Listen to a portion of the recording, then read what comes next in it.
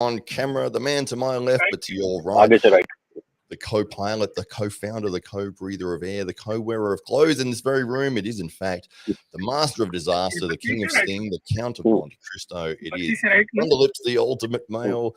There it is, my favorite move there. The winner of the Dave Stockbridge of the Year Award, which is right there, the illustrious award held by the illustrious man with the illustrious beard.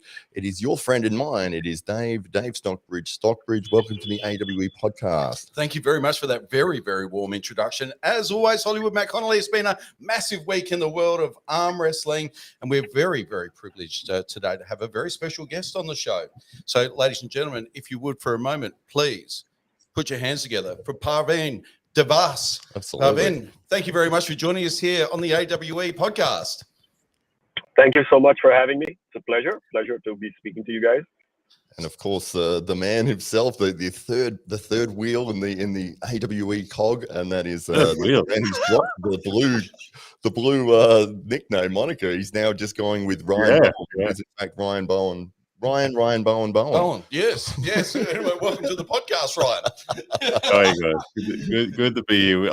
There's so much coming up. I can't wait for the next 5 weeks to unfold, and awesome stuff. Yes, indeed. So AWE, 22nd of October, lots to look forward to. And, of course, we'll jump straight into all of that after we've had a bit of a chat to our friend Parveen. So for those that aren't familiar, Parveen has been billed as Indian arm wrestling royalty. He is the man. He's the Dana White of arm wrestling in India, and of course the man at the head of the Pro Punja League there in India right now, and doing amazing things in the world of arm wrestling. So Parveen, how is it that all of this has come to be? How is it that you've been elevated to that most exalted position of royalty in the world of arm wrestling? And how is it that a young man like yourself turns his eye to the great sport of arm wrestling? Well, thank you. I don't look at myself as royalty. I look at myself as a worker, because as you guys know, there's a lot of work involved in putting up anything, and it's really hard work. I would say we've been working on this for the last 6-7 years. It took a couple of years just in the ideation and putting it together and starting off. And even when we did start, our first tournament was Feb 29, 2020, which was literally 3 weeks before the first lockdown. And, we had this big event in Delhi, and we had the sports minister here. And after 3 weeks, we had, we like everybody else, we had the lockdown. Then after the first lockdown, we started off again. We had a very big event in Mumbai, and which was in front of the Gateway of India. And it was at that time, the good thing I would say, if I can put it that way, about the lockdown was it allowed us to slow down and think about how we were positioning arm wrestling. And like a lot of other people, I got into arm wrestling, you can say, as a fan because of Over the Top, the movie Over the Top. And at that time, I was in Delhi, and a lot of my cousins were into arm wrestling, and that's how the initial passion for it came. Though I was never an arm wrestler myself, like a good one rather. I used to do it sometimes left hand, but I was never, quite frankly, a good arm wrestler. But when I wanted to get into sports promotion, it struck me as arm wrestling struck me as the sport that potentially Indian masses could really like, because there's a very strong Indian connection as well. Of course, the world knows it as arm wrestling, but India knows it as Punjab, right? There's an Indian name for it already. There's an Indian ethos. It's been, played, and people know, the poorest man to the richest man knows about it. And in India, it is been so far, played more in towns and villages, smaller financial entry point. It would resonate a lot more with the masses, and because it's easier to follow as well. Right now, of course, came the path, right? Like, what's the path in making this sport, in building it up, in marketing it? Because the eventual aim was on bringing it to TV and making it a TV sport which people will want to watch, right? There's a difference in just putting something up, but there's a difference in actually having a sport which people will want to see. The journey started, you can say. The first event in Delhi, and we struggled, and but like I said, that taught us a little on. So the first idea that I had was to make the table, or the arena rather, bigger, and not just keep it confined to the table, but when you put it in front of a big location, like we put it in front of the Gateway of India, and we were literally surrounded by water on three sides. We had the Taj Mahal Hotel in front of us, we had the Gateway of India, so it made the whole event much more momentous. It made the table, the sport, it encompassed everything around it. And the one after that we did, the event was on top of a boat. It was on top of a big, huge casino boat in Goa. So again, the idea was, not just concentrate on the sport, but to make it bigger, a little larger than life, glamorous. And the second one really worked because we did it along with one of India's biggest sports stars, Vijender Singh, the big boxer. So that we did the two fights, which were like super matches. And we had our 90 kg champion player, 100 kg champion, left, sorry. And we had left, our female champion as well. We had two female champions play each other. So that was a big success again. Unfortunately, second lockdown happened then. So we again had to stop for a bit. In between, and I went and shot a movie in America. Like everybody, I didn't feel that bad because everybody went through it, right? So, but like I said, it gave us time to assess things. And one of the things that came out from the mega, we call them mega matches. We wanted to give it a different name, which is distinct from what everybody else was calling it. So we call them mega matches. One of the things that came out was the longer matches had more drama to them, because we tried in Mumbai, we tried these best of 5 matches, and that's what we did in Goa as well. Then we then we hit lockdown. Then we did a couple of events in fitness exhibitions just to keep the momentum going. And then our big breakthrough in terms of social media was the event we did in Gwalior, where Michael Todd came, the president of the Asian Federation came, and it was in front of the Gwalior Fort, and it's huge. If you guys have seen it, the fort is huge. Again, the idea was, you set the table in a place where, it's an occasion.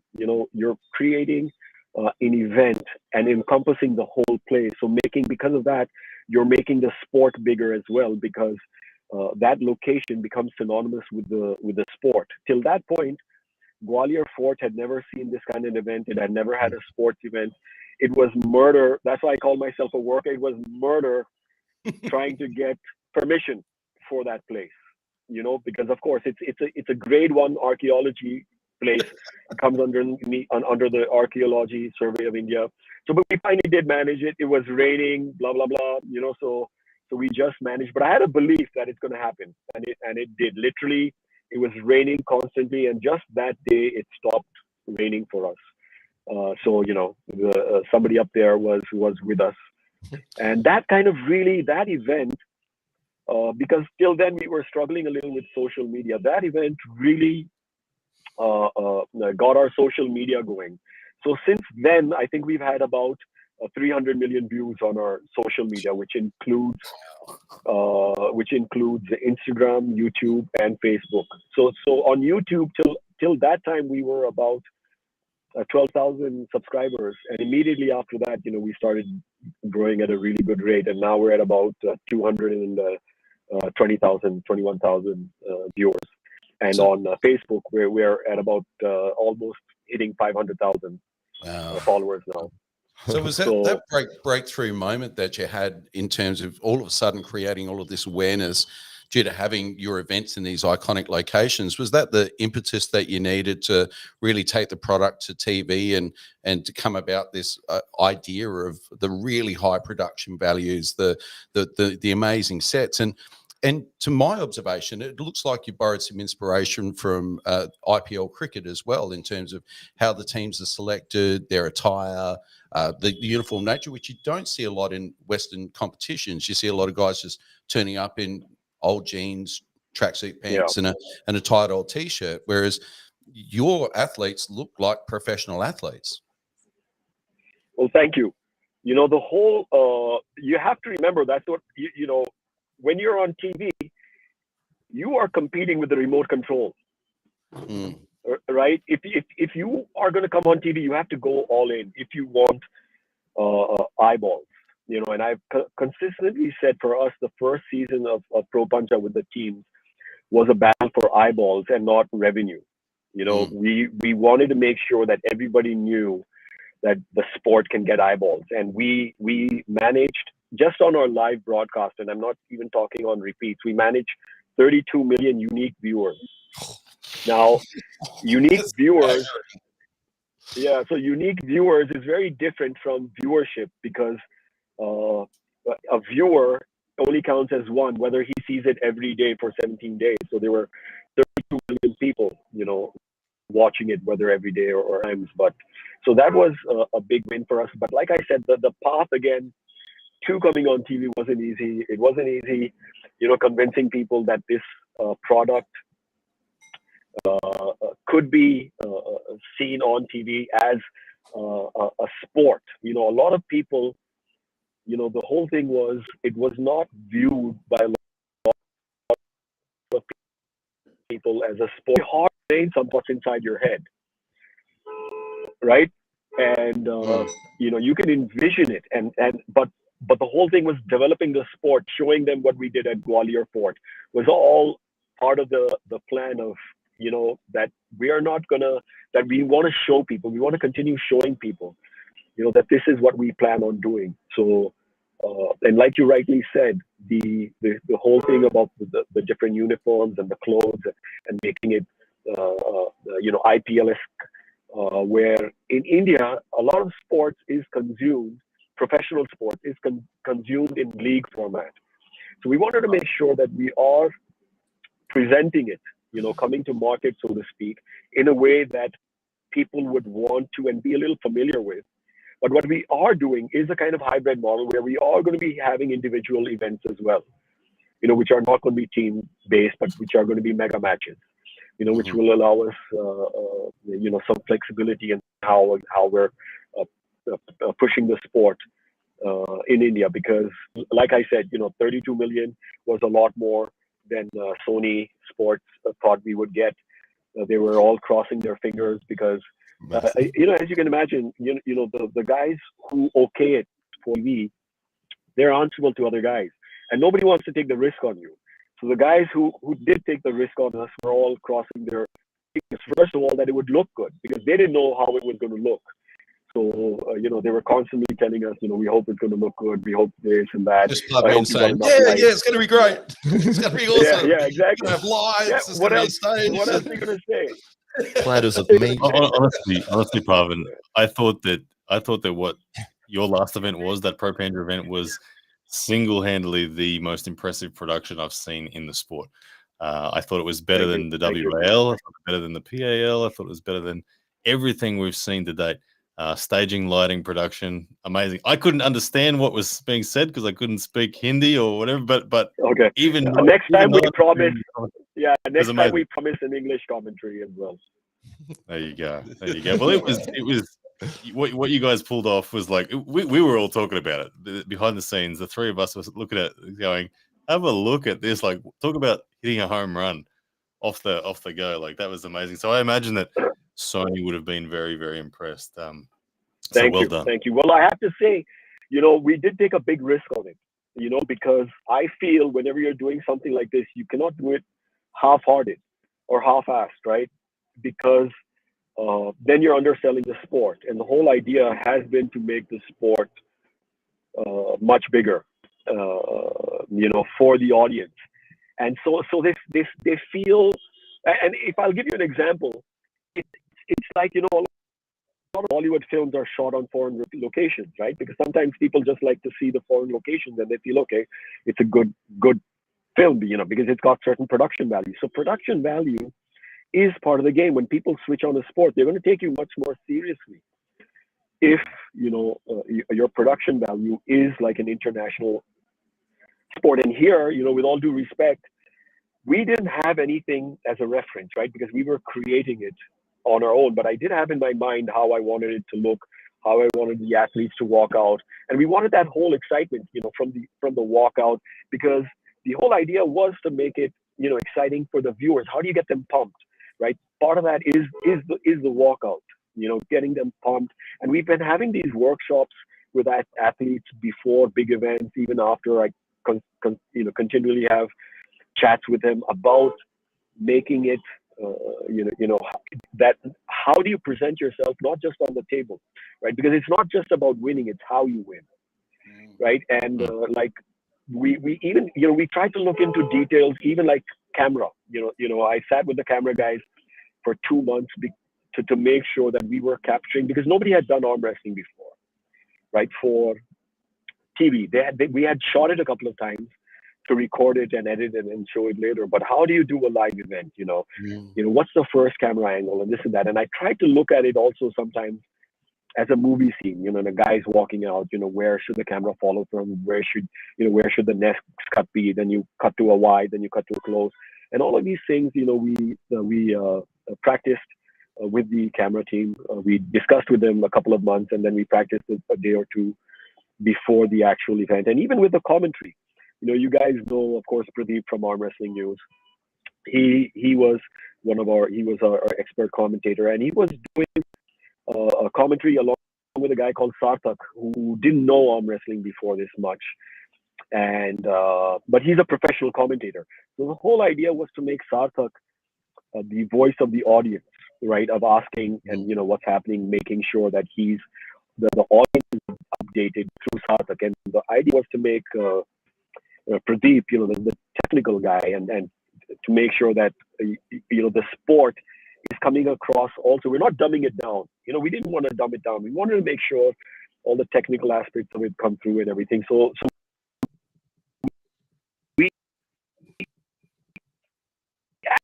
actually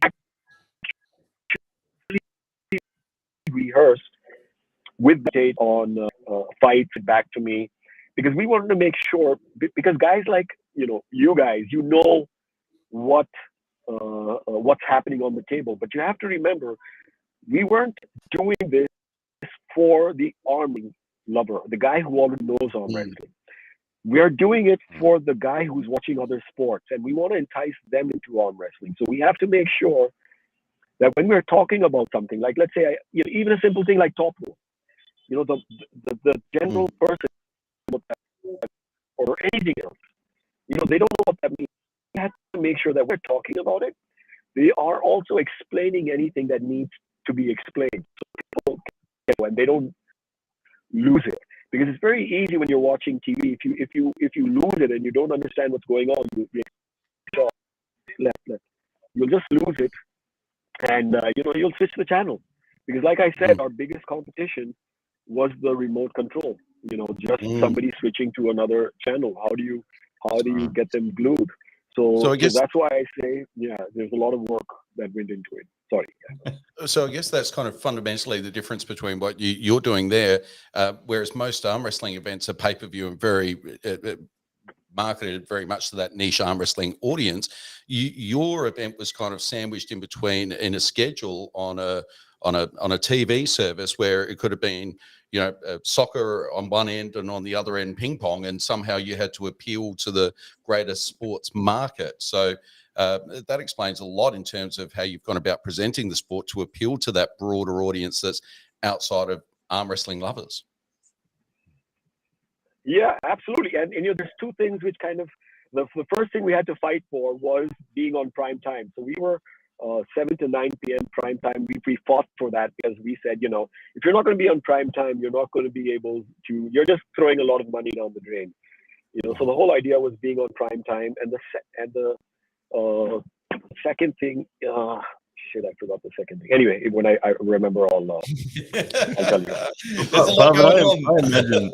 I imagine after having such a big audience, I mean, and you described it as well earlier that you think it's a sport that Indian people relate to, right from the poor man on the street all the way to the other end of the spectrum. I imagine you guys are exploding in interest now. Like, how are you handling the sheer number of people that want to be arm wrestlers now? It's a good problem to have, and right. It's a good problem to have. Sorry, I'm giving directions as well. So it's a good problem to have. Let me say, where we used to have for an event where 50 people used to turn up, now 500 turn up. It literally, organizers now have to, turn people away and say, listen, we can't handle anymore. Even in our nationals, where usually 600-700 people turned up, 1,300 turned up, and people weren't just ready for it. So that's a really good, like I said, problem to have, that people are interested, especially in the smaller towns and villages. One of the things that I think that is amazing is that arm wrestling in India can potentially now be something that gets somebody out from poverty and even supports their family. Like it's showing, it's bringing opportunities financially and economically to people that wouldn't have had that before. I love that it's doing that for the sport in India. And are there any like stories of that already, of someone coming from? Yeah, most of them come from very poor. A lot of them, let me say, come from unprivileged backgrounds or lesser privileged backgrounds, however we want to say it. And the whole idea was, I feel honored also being a part of arm wrestling because there were sets of athletes who nobody listened to before. They were a lot of times, if they weren't getting, they were being made to pay a lot to go for international competitions extra. So it wasn't great, but they were surviving on passion. So what we made from the very beginning, our athletes get paid. The top guys are winning. You have to win. In the league, everybody gets paid, but they get paid for seeding. And आगे से right लेंगे.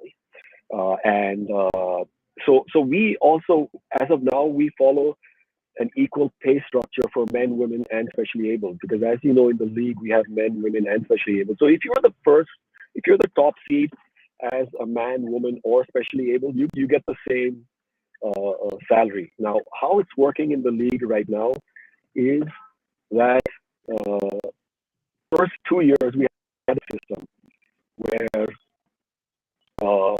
these players were drafted in the teams.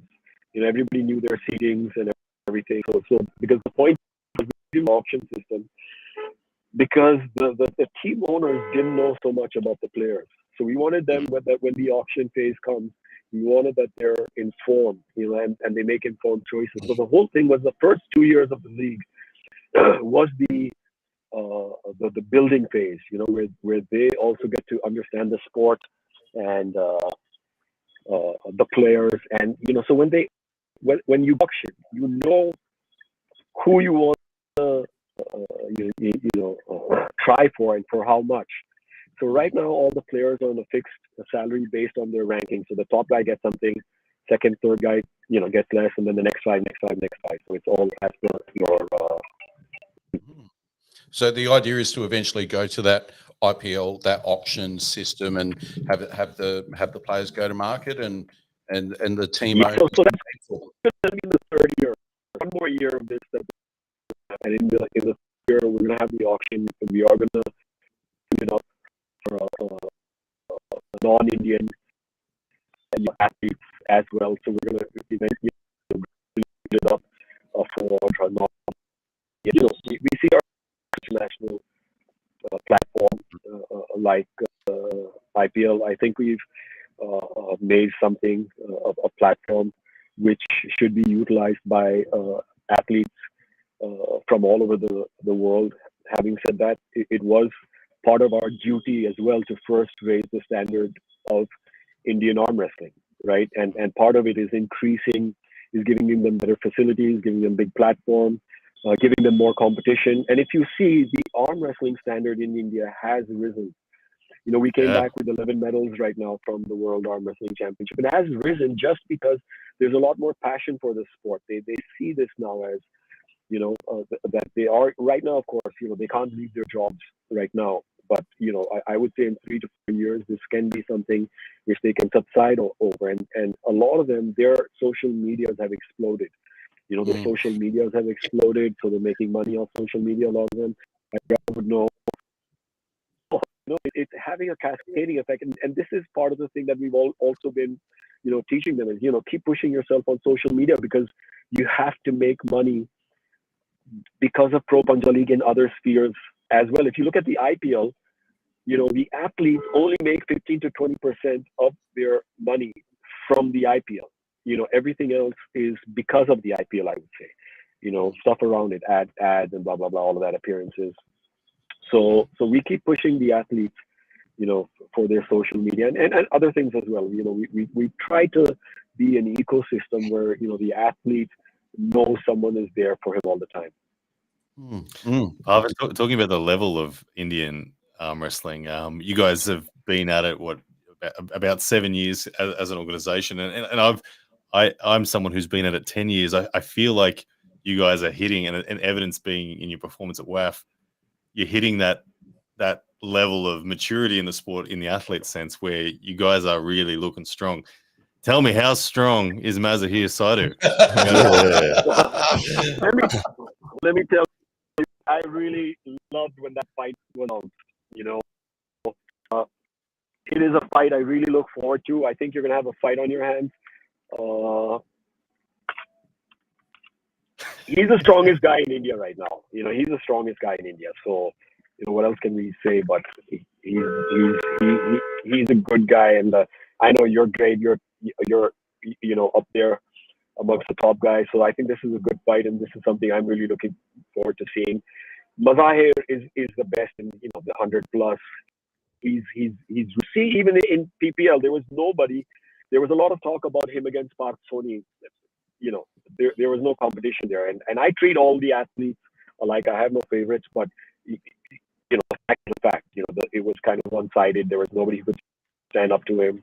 If you see Shivajit as well, unfortunately, you know, Rahul had a small bicep tear in the fight, and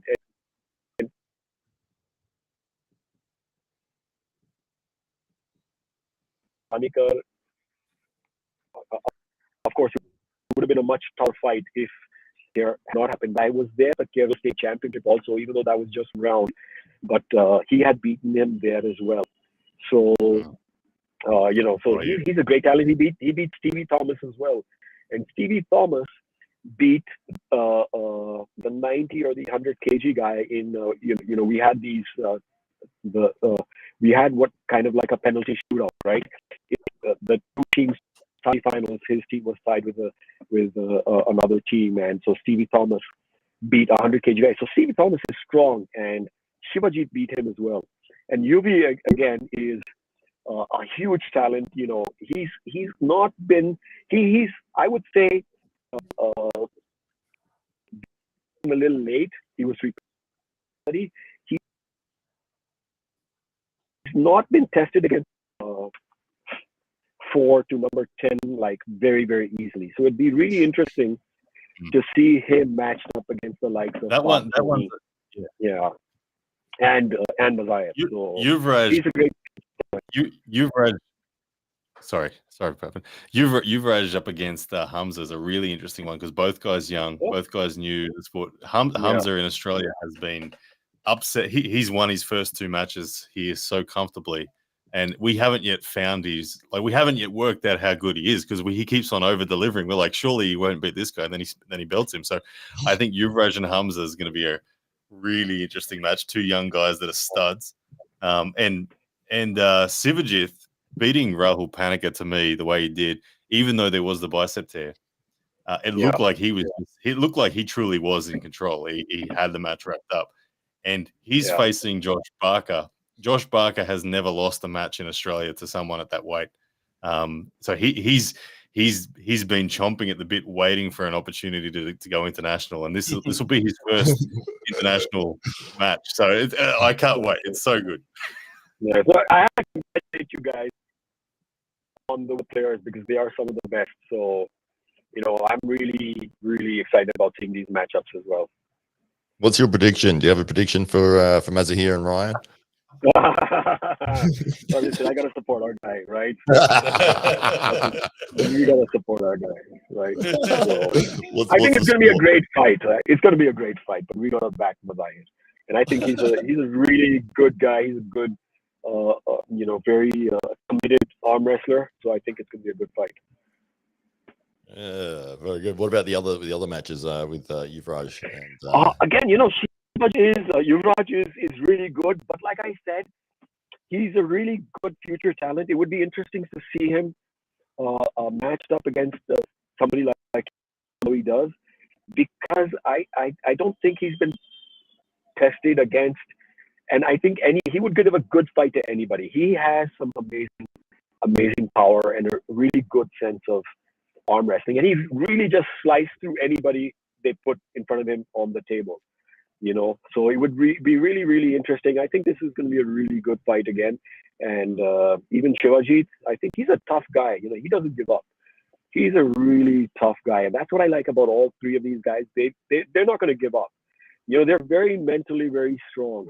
They're not going to be overawed by the situation or the whole event. I think they're going to come in there pretty aggressive, and I think that's one thing that has changed in Indian arm wrestling is the mindset. And like I told the people, the World Arm Wrestling Federation this year, is that the Indian team is not going to be tourists anymore. We're coming here not just to play, but to win. That's the mindset that we're coming with, and that's the chat I have with all of these guys all the time.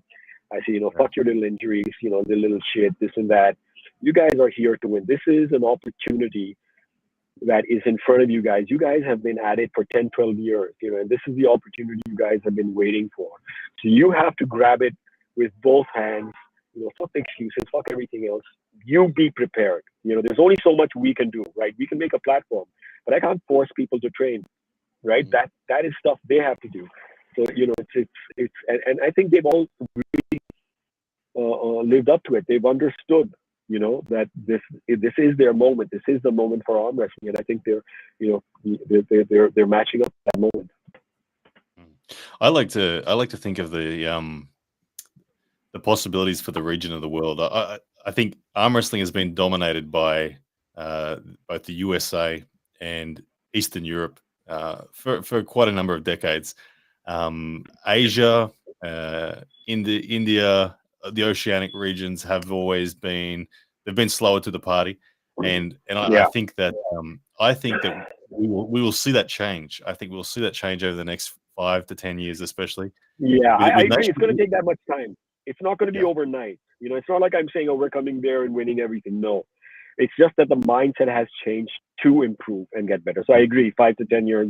It does just come down to numbers as well. Like for India to have 1.4 billion people to draw from, and especially if the opportunities are there economically to change someone's life, there's going to be a lot of people interested in it if it culturally fits the nation. And I know as a fan of cricket how much India can get behind a sport. If India gets behind arm wrestling, like even to a fraction of what they're behind cricket, there's no way you guys don't become a superpower in the sport. There's too much. Well, fingers crossed. So tell us a little bit about what's to come. So you've really just finished the last season of Pro Punja League, and when's the next season start, and what do you have planned? For the next season is going to be next year, of course, in 24. Before that, we have a couple of mega matches planned, and there is something we are working on for Dubai, which is like a bi-country series. I can't talk about it right now because it works, but we are planning a mega match, which is our version of super matches, one in possibly December and one in March. and something like I said, a buy series. So these things will again keep the interest going and lead up to the second season. But we're also supporting a lot of smaller events. We're going to be doing something in Shillong, which is in the northeast of India. We're going to be doing something in Kolkata. And so we're going to continually support. We might be doing something in Delhi at the end of the month. So the smaller events will continually support. So the grassroots development keeps happening. And guys, just to let you know, in case my laptop battery goes, I'll log in again from the phone in case you guys still want me on. That is because I've spoken a lot. I know. Well, at what point did you become full-time arm wrestling promoter? When did that happen, or has that not yet happened? I would say I would say it's about time management, right? Because I'm still doing other things. I still have my acting career. We're still looking at producing a couple of things. So we are doing other things still. And although in the last, you can say 1 year, I had to drastically cut down on it. Because when you're launching like what we did, then you can't do it, like I said, half-assed or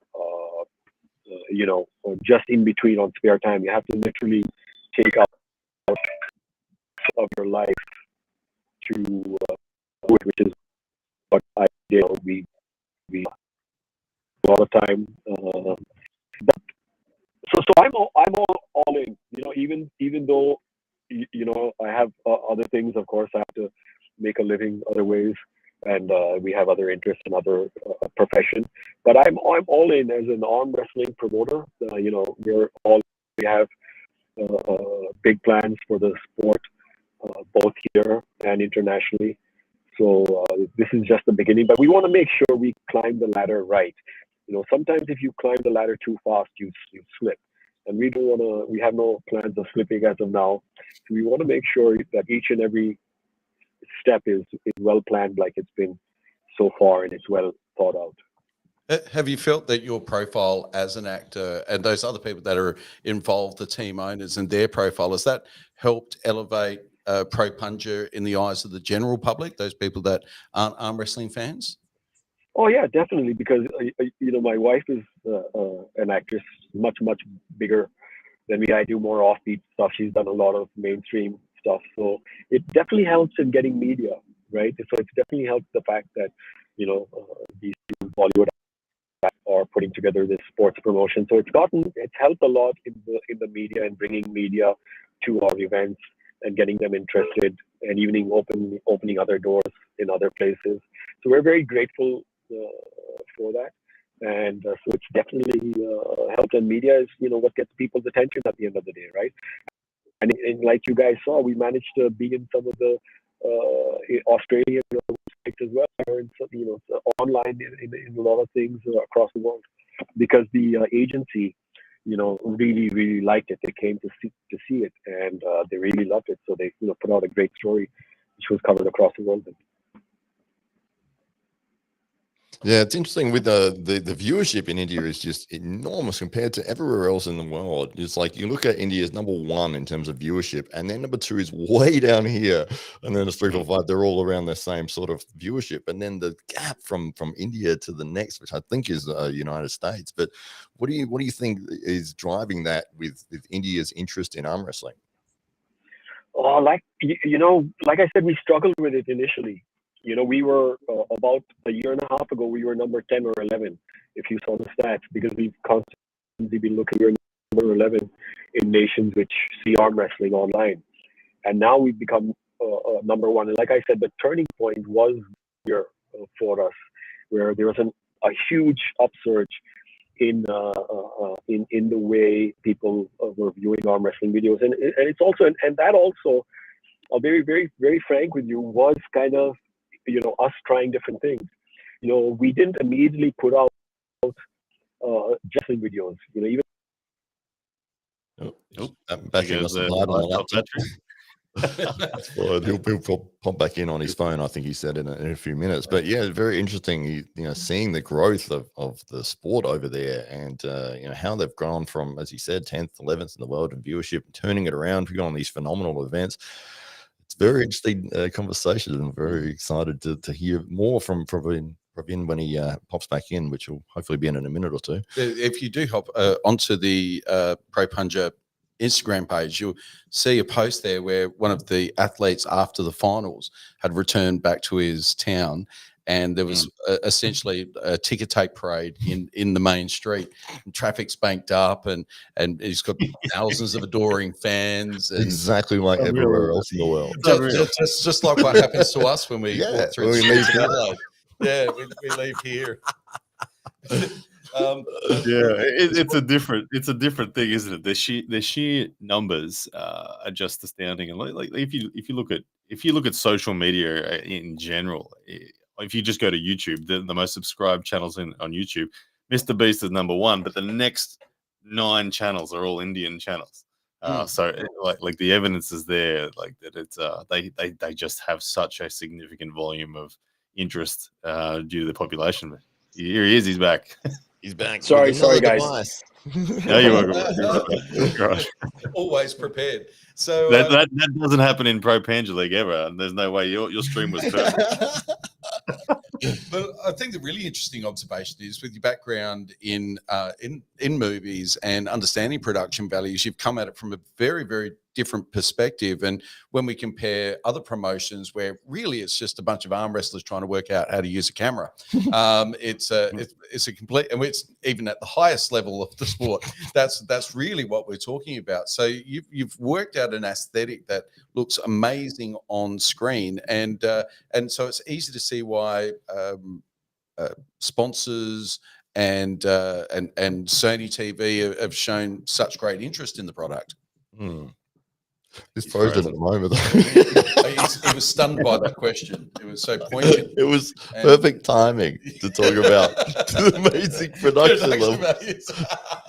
So this is to demonstrate how East versus West might have done this podcast. It could have been, yeah, that's right. Yeah, I'm sure he'll pop back in a second. It's interesting though that Parvin mentioned that the social media side of Indian arm wrestling was a significant catalyst to them, and I've witnessed that themselves. I keep my finger on the pulse with social media and arm wrestling, and there's no doubting that Indian arm wrestlers have an ability to go viral, or to a degree that Western arm wrestlers would say, "Wow, that's massive!" Like tens of millions of views on everything they drop, sort of thing. That's just routine for them. But you've also seen that they're also steering the culture of content as well. They have the ability to storytell really well. They've picked up on that very quickly, and they're good at social media. You got to give them credit for it. They understand what it is to create content that works on the internet, and I give them really big props for that, because I've looked very closely at them and have learned a lot from the Indian scene when it comes to how they present on social media. Yeah, well, it also seems that there's Indian work ethic that goes in behind that, because we've got athletes in this country and in Western countries that have exactly the same tools available to them. They've all got an iPhone, they've all got an Instagram account, they can all make stories, they can all put together reels, but the reality is they're not just spending the time to work out how to do it well. And the Indian athletes, certainly the ones that we've been following closely, have worked out the alchemy. They've worked out where the views are coming from, and they continue to mine in that direction. And of course, their profiles reflect that. And eventually, that will transfer into sponsorship money, better opportunities, bigger matchups, and who knows where it all leads. Welcome back, mate. Thank you. So we were just touching on the importance of social media and how a lot of your athletes seemingly have got it nailed now, and the more that they do that, the more relevant they are, not just to their respective audiences, but to the entire sporting community. Another stunning question. Dave's good. You got to stop laughing. I feel bad for Parvin. If you could hear his Parvin, it's all right. Obviously, he's driving. He's got somewhere to be. If you don't make it back, mate, that's okay. We appreciate the time that you did come on. But if you do get back with us, awesome. We'd love to keep chatting. But all good. But it's honestly, like, when I think about Western arm wrestling social media, there's been very few arm wrestlers underneath the blankets of organizations that have really cottoned on to the importance of and realized how much they can contribute to their own value by pushing their own social media. Where it seems like all of the Indians get that. They're just onto it. Yeah. Absolutely. Yeah. Just like this question here from Kartik Singh. How motivated are you to defeat Mazahir Saidu, Mr. Bowen? Man, well, I couldn't be more motivated. I mean, I'm on my own little quest, and we all have our own quests in respect to our progression and the respect we hope to earn from the community and the athletes. And I know Mazahir is on his own quest as well. And I don't know at the end of the day how far down the path he is of his own development. I know where I'm at, and I know how determined I am to continue. If what I will say is, if Mazahir is strong enough and capable enough to defeat me, then I'll take my hat off to him, shake his hand, and say, well done. But I have every single intention of beating him 4-0. I don't intend on letting him get anything. I want it to look horribly one-sided. That's what I'm going to try to do. So my motivation is to crush him. That's Are you preparing any different for Mazahir than you did for Artem or for Mate in AWE 1? Yeah, very, very much. I think Mazahir, I mean, you have to do that. You have to take every athlete for what they're worth. Part of my process for preparing for a match is to look at the biomechanics of what that opponent brings. I see in Mazahir a very strong arm. I see a lot of back pressure through his arm. I see his endurance and his rotation as a problem for him, particularly as the rounds go on. I'm very aware of that. I'm very aware of wrist control. But I'm aware of what his biggest threat is off the go. And I think that his biggest threat off the go is just the raw back pressure that he has through his arm. I think he's a tall guy. I think he's slightly taller than me. Last he told me he was 115 kilos. So he's got 8 kilos on me or so. But all that said, I think that it's a fairly given thing that the match is going to be fought at the top of the table. Both of us are going to be looking to control height. My best weapon is my wrist as opposed to my arm. So it'll be an interesting battle. But I expect that I've seen him preparing as well, and he's just going in harder on his back pressure. So we're both coming to the high ground. No one's coming forward. We're both hunting the top roll. We're both looking for the top of the hill. It's going to be a very interesting battle, but I'm going to crush you.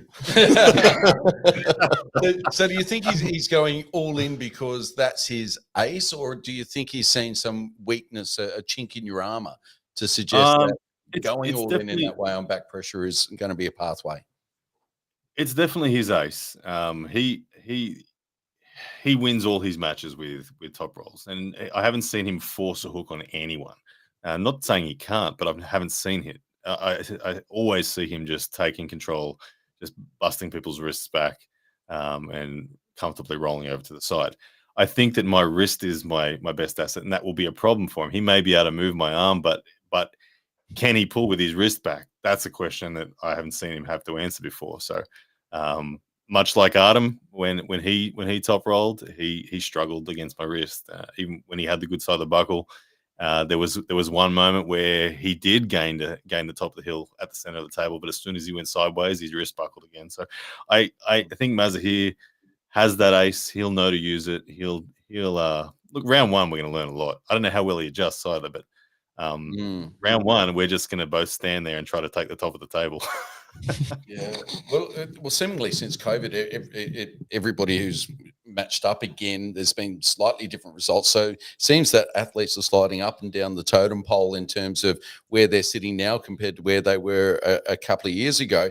But I guess with Mazahir, the difficulty here is that we just don't know where he is relative to those athletes you've recently competed against, or the last couple of years. He did, of course, pull Coach Ray at King of the Table 1. Oh, yeah. King of the Table 1. He lost to Coach Ray 3-2, but he took the first 2 rounds and he took them dominantly. Of course, I then lost to Coach Ray maybe 7 months after Mazahir lost 3-2. That was obviously there's that parallel that we can draw, but since then I've had plenty of people in the Indian camp say to me, "Oh, trust me, Mazahir is so much better now than he was when he pulled Ray." So people will say that, and obviously the people who know my story know that was 90 kilo dehydrated me versus 108 kilo me. Very big difference. So we have that one point of reference that we've clearly both developed from since. Yeah, we don't know. We're going to find out. So, have you stopped the bulk? Is that officially the bulk? Oh, is no. over? No. We're still, I'm in the eternal bulk, Dave. I remember a peak Ryan Bowen might have been 108 kilos, and what are we now? 104, 105. Wake up. Introduce some letters. Wake up at 104.8, 105. Go to bed at 106.5. I'm a little concerned. I'm not going to lie. You did have a haircut though. Okay, yeah, the beard is a little trimmer, so I can see where maybe. No, I have a 2-week prep that involves more food than I'm comfortable with. I can't sustain that throughout my training routine. I go back to just eating normal. But when it comes to prep for a comp, I come in bloated. I come in like really extended, like that big strongman belly that looks like, just distended out. Yeah, wobbling. That's how I walk around, by the way. I might be 109, 110. You never know by the time. Ooh, okay. If you come in at 1010, that'd be amazing. Yeah. That's true. Yeah, good luck. You that one. So it's the biggest man in the world. And now you're not worrying about cutting weight or anything like that. What's the effect on the joints and the connective tissue? Are you more comfortable more of the time? How do you feel? I feel comfortable through the joints. My elbows feel better at the heavier weight. My aerobic capacity is terrible. I went and played a game of tennis the other day. First time I've really got on a tennis court in 20 years, and I felt like an elephant on the court. the trying to run on a tennis court was like, what is this? This is ridiculous. Compared to straighten your arm to hit the ball. Yeah, 20 years ago I was 78 kilos on the tennis court. So, but yeah, everything's done now with a bent arm, which is awkward in itself. But I would say that, like, overall, in an arm wrestling sense, I definitely feel good at this weight. I don't feel like I'm too heavy. I don't feel like I'm too light. I feel like I'm in a pretty good zone. And my intention is not to get heavier. My intention is just to be the best arm wrestler I can be. And I'm not neither here nor there with what my weight is. I'm just trying to get stronger. And in terms of your gym lifts and stuff, I mean, your strength is continually increasing. You went for a record bench press last week.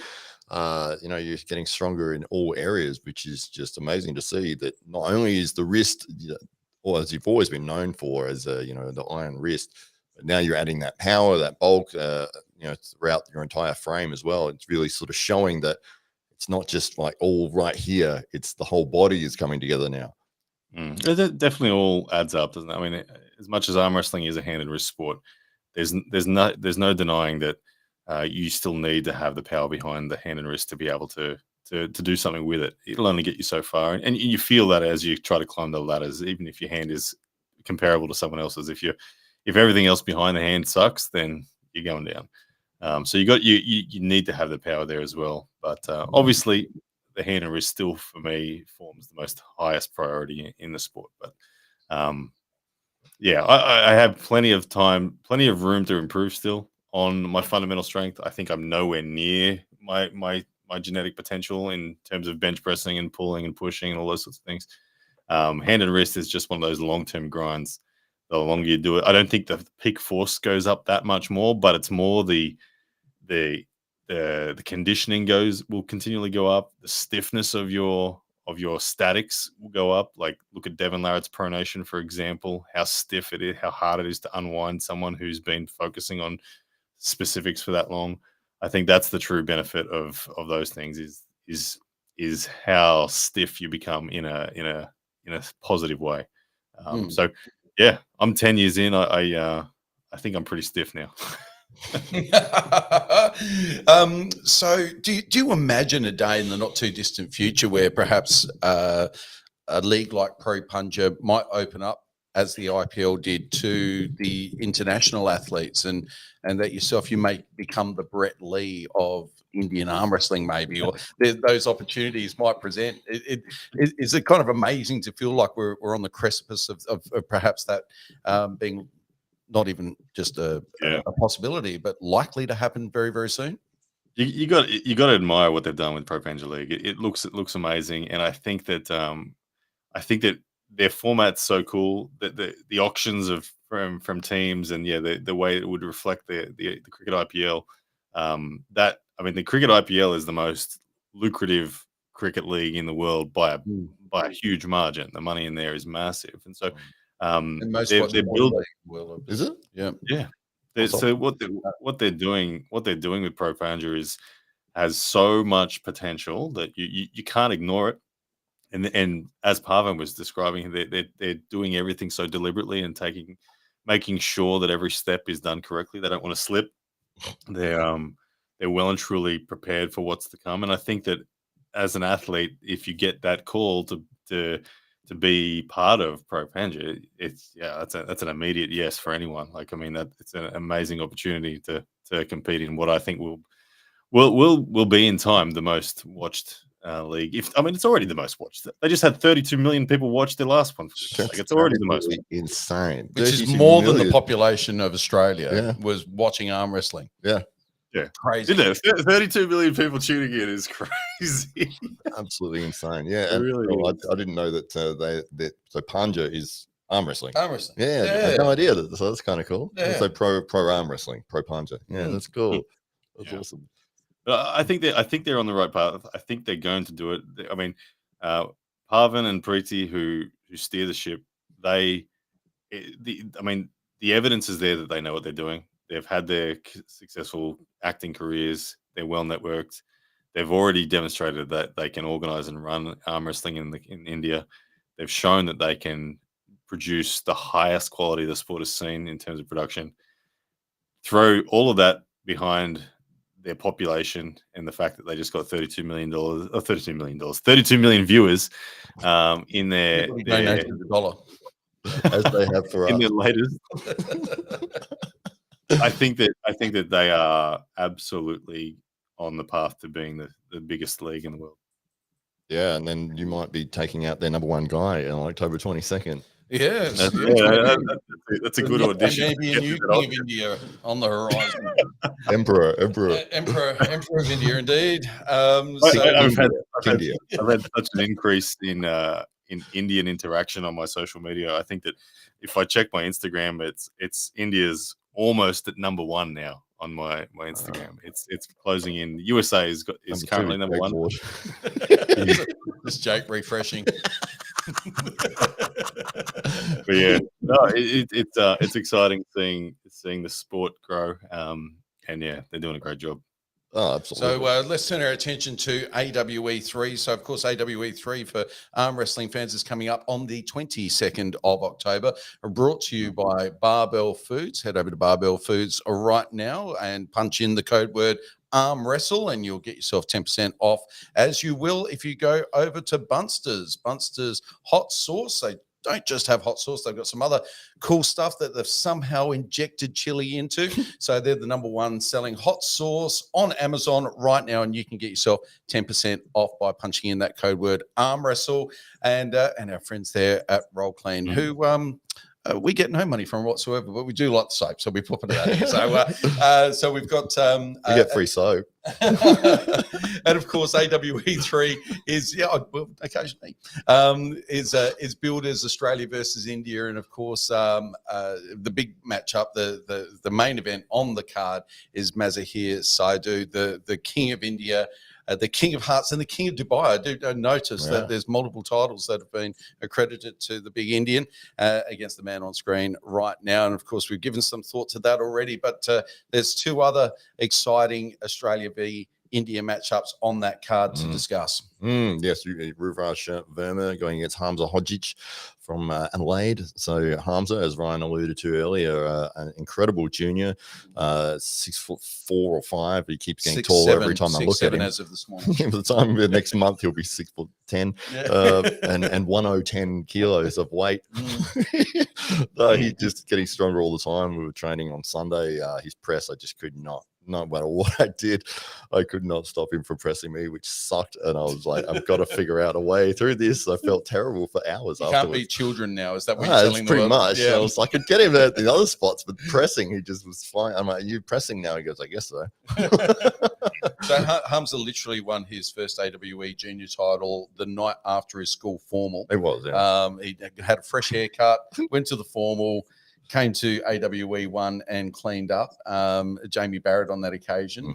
AWE 2, of course, Ethan Tunstall made his way over from Brisbane and was given a walloping. And with nobody expected it, everybody thought it was going to be very, very close.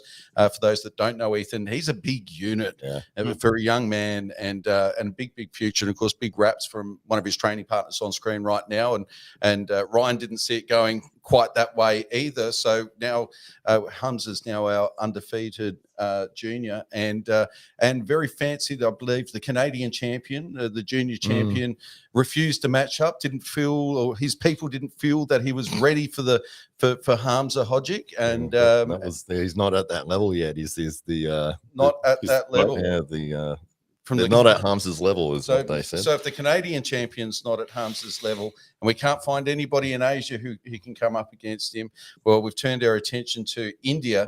After that, the options are certainly dwindling. So this is increasingly looking like a valid international junior belt, and with Hamza Hodzic firmly in control of it.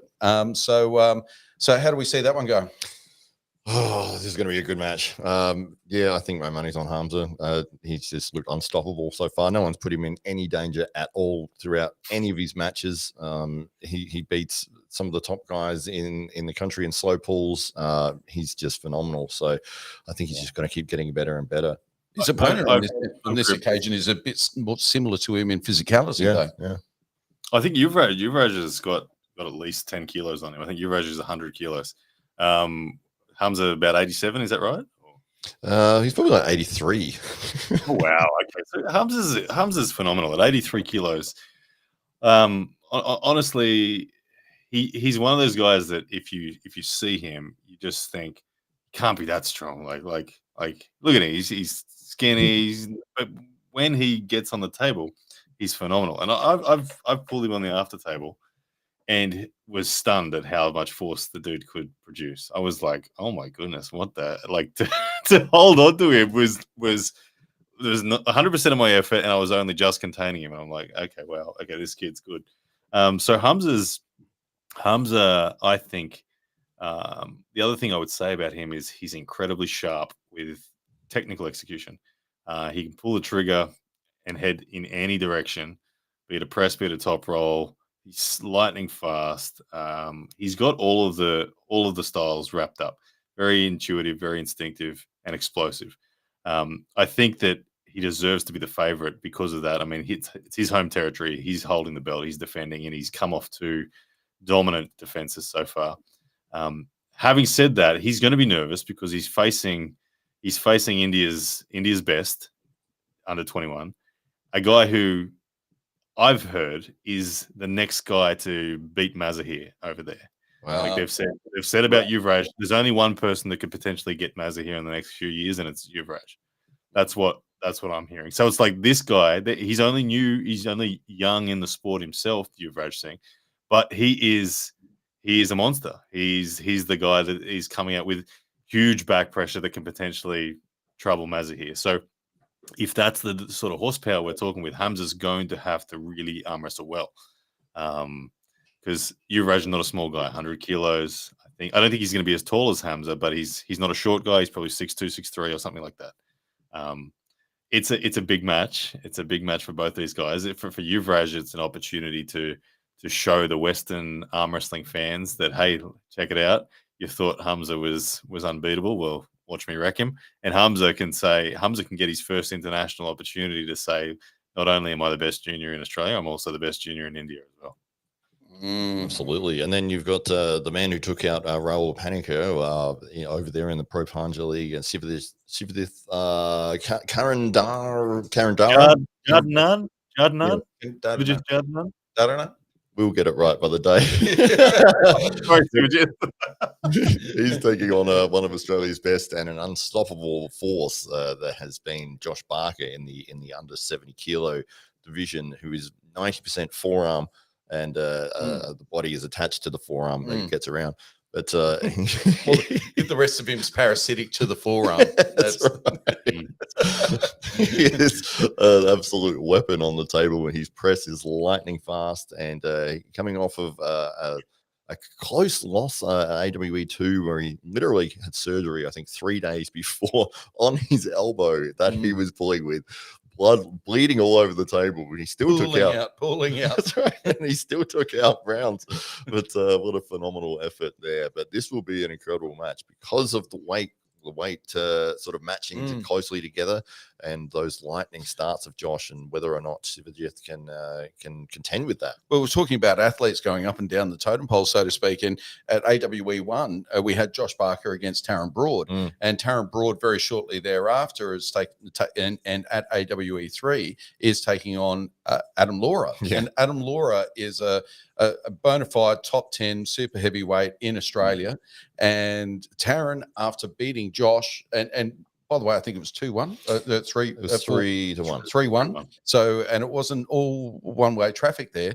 Taryn shortly thereafter competes against Adam Laura, defeats Adam Laura. The rematch is at AWE 3. So literally you've got a 70-kilo guy that went toe-to-toe with Taryn, who then beat a top 10 super heavyweight in the country. So that, although we've got 2 L's against Josh Barker's name right now in the AWE, it's not reflecting the quality of athlete that Josh Barker is. And we certainly have not yet seen the best of Josh Barker at AWE. I think Josh Barker has never lost a match at 70 kilos. That's a pretty cool stat. Like, to be able to say I've never lost a match at my weight is very impressive. He's overdue for an international opportunity. He's overdue to be able to demonstrate to the world that his level is as high as it is. And I think that he's dominated in Australia at 70 kilos for quite a long time, and the guys he's dominated have been phenomenal athletes themselves. People like Jamie Barrett got crushed by Josh Barker when they pulled last year, and Jamie Barrett has beaten world champions already. So it shows you at that weight, Jamie's beaten world champions. So it shows you Josh's level. I think that Josh, he's chomping at the bit, ready to demonstrate. Now, Sivajith, on the other hand, I think he's a story of true love for the sport, bringing opportunity to his family by becoming the arm wrestler that he is. Rahul Panika has been the king of Indian arm wrestling at lightweight. I was untouchable, and Sivajith has climbed that ladder and taken down Rahul Panika. And if you look at the way he did it, it's impressive. If you analyze Sivajith's arm wrestling game, his hand is bigger than anyone else's at 70 kilos. That's what he holds on to world elite top rollers, and they can't get away from him. Josh is not a top roller. Josh comes straight forward at you with a press. I think both of these guys are going to fight center table. I don't think anyone's going to run. I think the shoulder of Josh up against the giant and strong, powerful hand of Sivajith is going to be very, very interesting. It's almost going to be the glass cannon approach, where you go all in off that press. If it doesn't work, you might lose that round. But if it works, it works. Then we might see some very fast flash pin wins, and then some extended drawn out rounds. So it should be very, very interesting back and forth. Well, interestingly, at AWE 1, Josh had mentioned that he'd been working on his top roll and hook because he wanted to test himself against Taryn, who's a renowned hooker. And if it got to that, he wanted to know whether or not he could go toe-to-toe in that situation. And so he's got more than one trick up his sleeve, it seems. Yeah, it almost felt like, and that's what I was going to say earlier, is that I think that Josh was in a position where he could have actually won that match against Taryn. I think he was in 2 minds on the setup every time. After the first or second round, he was just between am I going to press, am I going to top roll, and he was confusing himself as to which one he was going to go with. And while they were setting up, you could see him sort of thinking, which one am I going to do, which one am I going to do?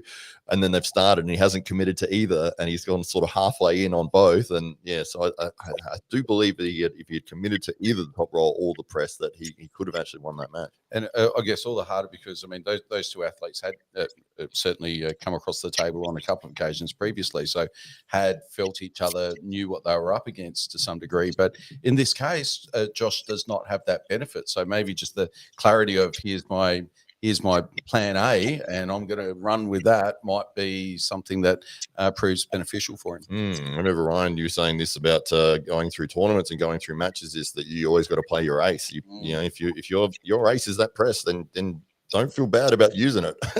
You know, yeah, it's great to have versatility and other tools in you, but only if somebody forces you into that, maybe, or maybe if you want to throw a curveball in, if you're up on the rounds, just to make the match interesting or something. But you know, go with your best weapon. Absolutely. I see a question there for Ryan Bowen. Hey, Ryan, what are your predictions for Devon versus Dennis? And then there was another one about whether or not he still holds ambition to head off to WAFF World. So, see if I can find it. I think this is it here. And Ryan, you've kind of pulled away from this day-to-day commentary on the arm wrestling world. Are you still managing to keep up to date with what's going on? Or are you really devoting yourself to all of that? It's far less engagement for myself in terms of the goings on of the conversation of the community. I just don't have the ability to keep up with it anymore. I just need to take a break from it. And honestly, I'm focusing more on my training. I'm focusing more on building AWE and getting things like that done. So I'm very clear with where my direction is in those respects. And so I miss out on a lot of that stuff now, but that's by choice, and that's fine with me. It allows me to progress more. As for answering the question regarding WAFF, I don't intend on going to WAFF Worlds anytime soon. I don't enjoy the politics that are surrounding the WAF and different organizations. I'm very much, and I'm focused. I'm insular at the moment. I'm just getting as strong as I possibly can. I have opportunities that in front of me. Obviously, we've got AWE October 22nd. There are other opportunities within other organizations that I haven't spoken about publicly yet that I will eventually. There are plenty of things on my calendar, and the Madison Square Garden Ryan Bowen versus Engen Terzi match that Nickelback will be playing and Michael Jackson supporting act. Nickelback will be playing as the helicopter lowers onto the top of the stadium. Both athletes descend into the stadium by jetpack, landing on either side of the table to take each other on. Yeah, with still Nickelback playing in the background. Is that what you were referring to? Oh, yeah. How'd you know? Nickelback are booked. We already paid the deposit. we put down our $1,500. Nickelback are booked. So, but yeah, that's what the story is. I'm not keen on going to WAFF at any point in time. There's other ladders. Not even if they had jetpacks. Nope. Okay. And a little bit about the blue for those people that did perhaps miss your video there. So, is this a rebrand? Is this like a when Prince changed his name to Love Symbol? Like, is there what as Prince? For me, it's just again, it's always a social media, and making a career via social media is a very interesting thing that you're constantly always reflecting on. You're always asking yourself, where am I taking this? And it's never in a straight line. It's always, I think the most important thing is just to stay authentic to yourself. And part of that is evolving when it feels like it's the right time. And dropping the blue from the YouTube channel isn't a major thing. I just wanted it to ultimately get back to allowing me to just be me and just do my thing. I'm not putting on a show in any way, shape, or form.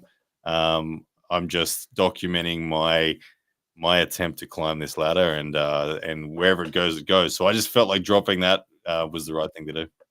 Very interesting. Yes. Very Was it interesting. you hit the 100,000 mark? And it was I don't need that anymore. Yeah, get rid of that. Yeah, it's holding me back the whole time. That's it. Got to get Bradley in to do more beatboxing. That's what got you over the line. Have you thought about just becoming Ryan Bradley's dad? Bowen. That's right. Videos with Bradley have gone viral lately. Like on bloody TikTok, 2.5 million views on a video with Bradley in 72 hours that has resulted in 90,000 new followers on that platform. Wow, yeah, it's incredible. The kid is gold. I'm telling you, he's gold. Yeah, you were talking about doing a social media course or offering something like that, seeing what people's thoughts and opinions were. Is that something you might be running in the future? Yeah, it's possible. I run that continuously with a bunch of people behind the scenes that I'm good friends with. People like Artem Taranenko, for example. He and I will talk once a week about what's working on social media and what's evolving. We've done that since we knew each other, basically, because I just genuinely enjoy figuring out social media and figuring out how to make arm wrestling grow through it. And I gravitate towards people that are on similar quests and paths. And when you discover something that really works, you want to tell people about it. So I've always been doing that, and I've always offered that to people who want to ask a question about it. It's fine. And so I feel like arm wrestling and many athletes within the sport have so much opportunity in their own brand and story, but they just haven't been shown how to do it or haven't had the confidence to know how to do it. Like I was talking about this with Lachlan the other day, Lachlan Adair. I'm like, I said no offense, but it pisses me off so much. Like I hate seeing that you're not making money on social media. I'm like, someone with a brand as strong as Lachlan's could very easily do it if they just kind of were shown and knew how to do it. And so I've been practicing for 10 years and it took me 10 years to get all that I understand now. But I feel like I could easily give this to somebody and within 6 to 12 months, they could be at a level where that's their career. So yeah, it's always there. And do you feel that as much as there's some tried and true methods, it's as much in the experimentation and always trying to find what the next thing is that's working and being an observation of other influences that are building their numbers really quickly? It seems to be like a half doing it and half really researching, investigating and experimenting. 100%. I mean, there's not many. I don't think there really is an original idea in the world anymore. Like everything is taking inspiration from something else that's already working and then applying it to your own story. That like to come up with something totally truly unique and original, very difficult to do. But so I do think a major part of it is observing. Like when you're riding a wave, it's easy to stay on the wave when you're on the wave. But you fall off, and all of a sudden it's difficult to get back on again. So you need to paddle hard to get onto the wave at first, but once you're on, it does pick up, and the momentum just carries you along, and it gets easier to be successful. So it's that process of getting on the wave, on the front of the wave, in a social media sense that most people struggle with. They try for a little bit, they get exhausted and think, hey, I tried for 3 months, nothing caught on. I only had 28 views, whatever. It takes a while. It takes a while, but if you understand the processes and if you apply them consistently and diligently, you will get on the wave. And then once you're on it, you're away. So, yeah. The other two analogies that I like, apart from the wave, is the train, the old steam train sitting still on the tracks, and you've got to put a heap of wood and heap of effort in to get it to start rolling. But then when it starts picking up speed, picking up momentum, you only need to throw a little bit of effort in, a little bit of wood in every now and then to keep it going. And the other one is the rocket ship. They're trying to get out to outer space. It needs an enormous amount of propulsion and rockets taken off to get out of the atmosphere. As soon as it clears, all that effort sort of drops away, and you can just cruise and steer yourself to victory. My favorite one's the boulder. You put all the effort into getting the boulder to move, and then once it's gone, you can just pat it. Yeah. So, but do you think that some people people know that they should be doing this. So if you're an arm wrestler or you're an athlete in any kind of fringe sport that's not throwing massive amounts of money at you, really, your best option is to make it big on social media. Do you think there's a lot of people there trying to reinvent the wheel, trying to be so completely unique that they're kind of missing the point to what social media actually is, which is just getting into the conversation? Well, it's interesting. Like getting into the conversation is definitely an important part. When you are trying to get started at getting into the conversation, of being involved, genuinely giving authentic, real thoughts about subject matters, it's the only way to get you into the conversation at first. And so authenticity and all those sorts of things are so crucial. I think that it's. What was the first bit of your question, Dave? Remind me again. Something about a boulder. Nickelback, jetpacks. Sometimes people are trying to reinvent the wheel all the time, and they kind of miss the point that it's really just about getting into the conversation and understanding what the trends are and being an observation as to what's working for other people. And like you said, co-opting some of that formula is better than maybe just trying to come up with everything uniquely yourself. It is very difficult to when you sit there and you often get paralyzed by what if this is your career, you start to think, you get to these points where you're like, what piece of content am I putting out today? And the pressure of that can very quickly lower the quality of your content. It can very quickly increase the stress that you're going through, and you start to resent the process and the job that you're doing. So like you need to remain authentic to yourself, and you need to enjoy what you're doing and enjoy what you're creating. Those are cornerstones that must remain. Having said that, you still must produce. You must produce regularly. You must produce on the go. And the thing is, to do that, the only way you're going to be able to combine both of those things successfully and not have one of those two components drop off is to observe what does work within the community. And that's easily done. I spend a lot of time on social media, but it's never. I'm very rarely watching social media just for entertainment. I'm watching social media, and I'm constantly looking at it through a producer's lens. I'm breaking it down, saying, "Hey, this video worked. Why? This video has gone big on the audience. A lot of engagement. Why?" And you start to notice the patterns, and you take that template to your own world, and you start applying those templates into the story that you want to tell, and you'll get better at it. You get better. I can produce 3 or 4 short videos a day, doing that, and that's been tremendously successful in terms of growth. Long form content, it's different, but every single platform needs this. Like you can't post the same thing on every platform. It doesn't work. Or that everything has its own context. But the only way you get up to speed with that is by observing and paying very close attention. So. And you were mentioning recently that for some time your numbers on TikTok had remained largely static, and you chipped away at it and were doing your thing, but all of a sudden there was this explosion in numbers that took you to whole new levels that was quite unexpected. So is it just a matter of sometimes chipping away, being there, doing the right thing, like say being in observance, and then you one day it'll be your day and something will take off because all of that learning pays off with the right piece of content? Yeah, very much so. You never know which piece of content is going to do it, but you're constantly in a process of engineering a viral video. You can never force a viral video, but you can increase your chances of it by getting better at producing what people like. People will say it's all about the algorithm. It's not about the algorithm. Mr. Beast will say to replace the word algorithm with the word audience. The audience didn't like your content. It's not that the algorithm didn't like your content.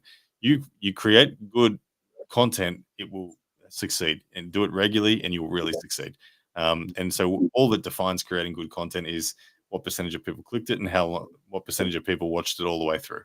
That's it. It's that simple. If you can achieve a high click-through rate with a good retention time, better than all the other stuff that's going out on the internet in your niche, you will be pushed to the front of the queue. It's just guaranteed. That the algorithm is, you got to realize what the algorithm is. It is a computer determining which content keeps people's attention the longest. That's all it is, because they're trying to sell advertising ultimately. Social media platforms, Facebook's against YouTube, which is against TikTok. They're all competing with each other for your time. So if you produce content that keeps people's time, the algorithm will love you. Especially just getting started, like just go and do something is my. I get so many people that say, "Oh, I'm thinking about starting a YouTube channel, or I'm thinking about starting." I might just do it.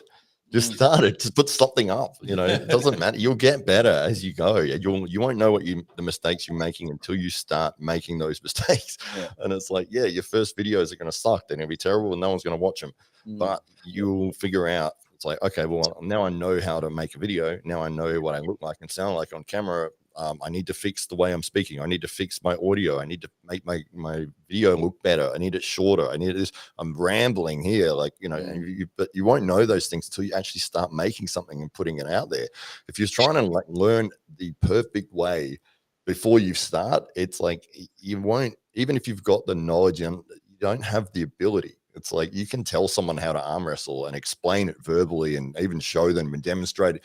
And until they actually get on the table and try it, they won't be able to do it. So it's exactly the same as everything else. Start something, know that you'll suck at it, be humble enough to go, for the first year, 2 years, I'm going to be terrible, but I'm going to improve over time, the same as anything. So that's where you know that there are, of course, the freaks who can just do things off the bat, and they're few and far between, because you know they're very, very special, and you do find them in sports, and you find them in business, and you find them in those areas, but it's very, very rare.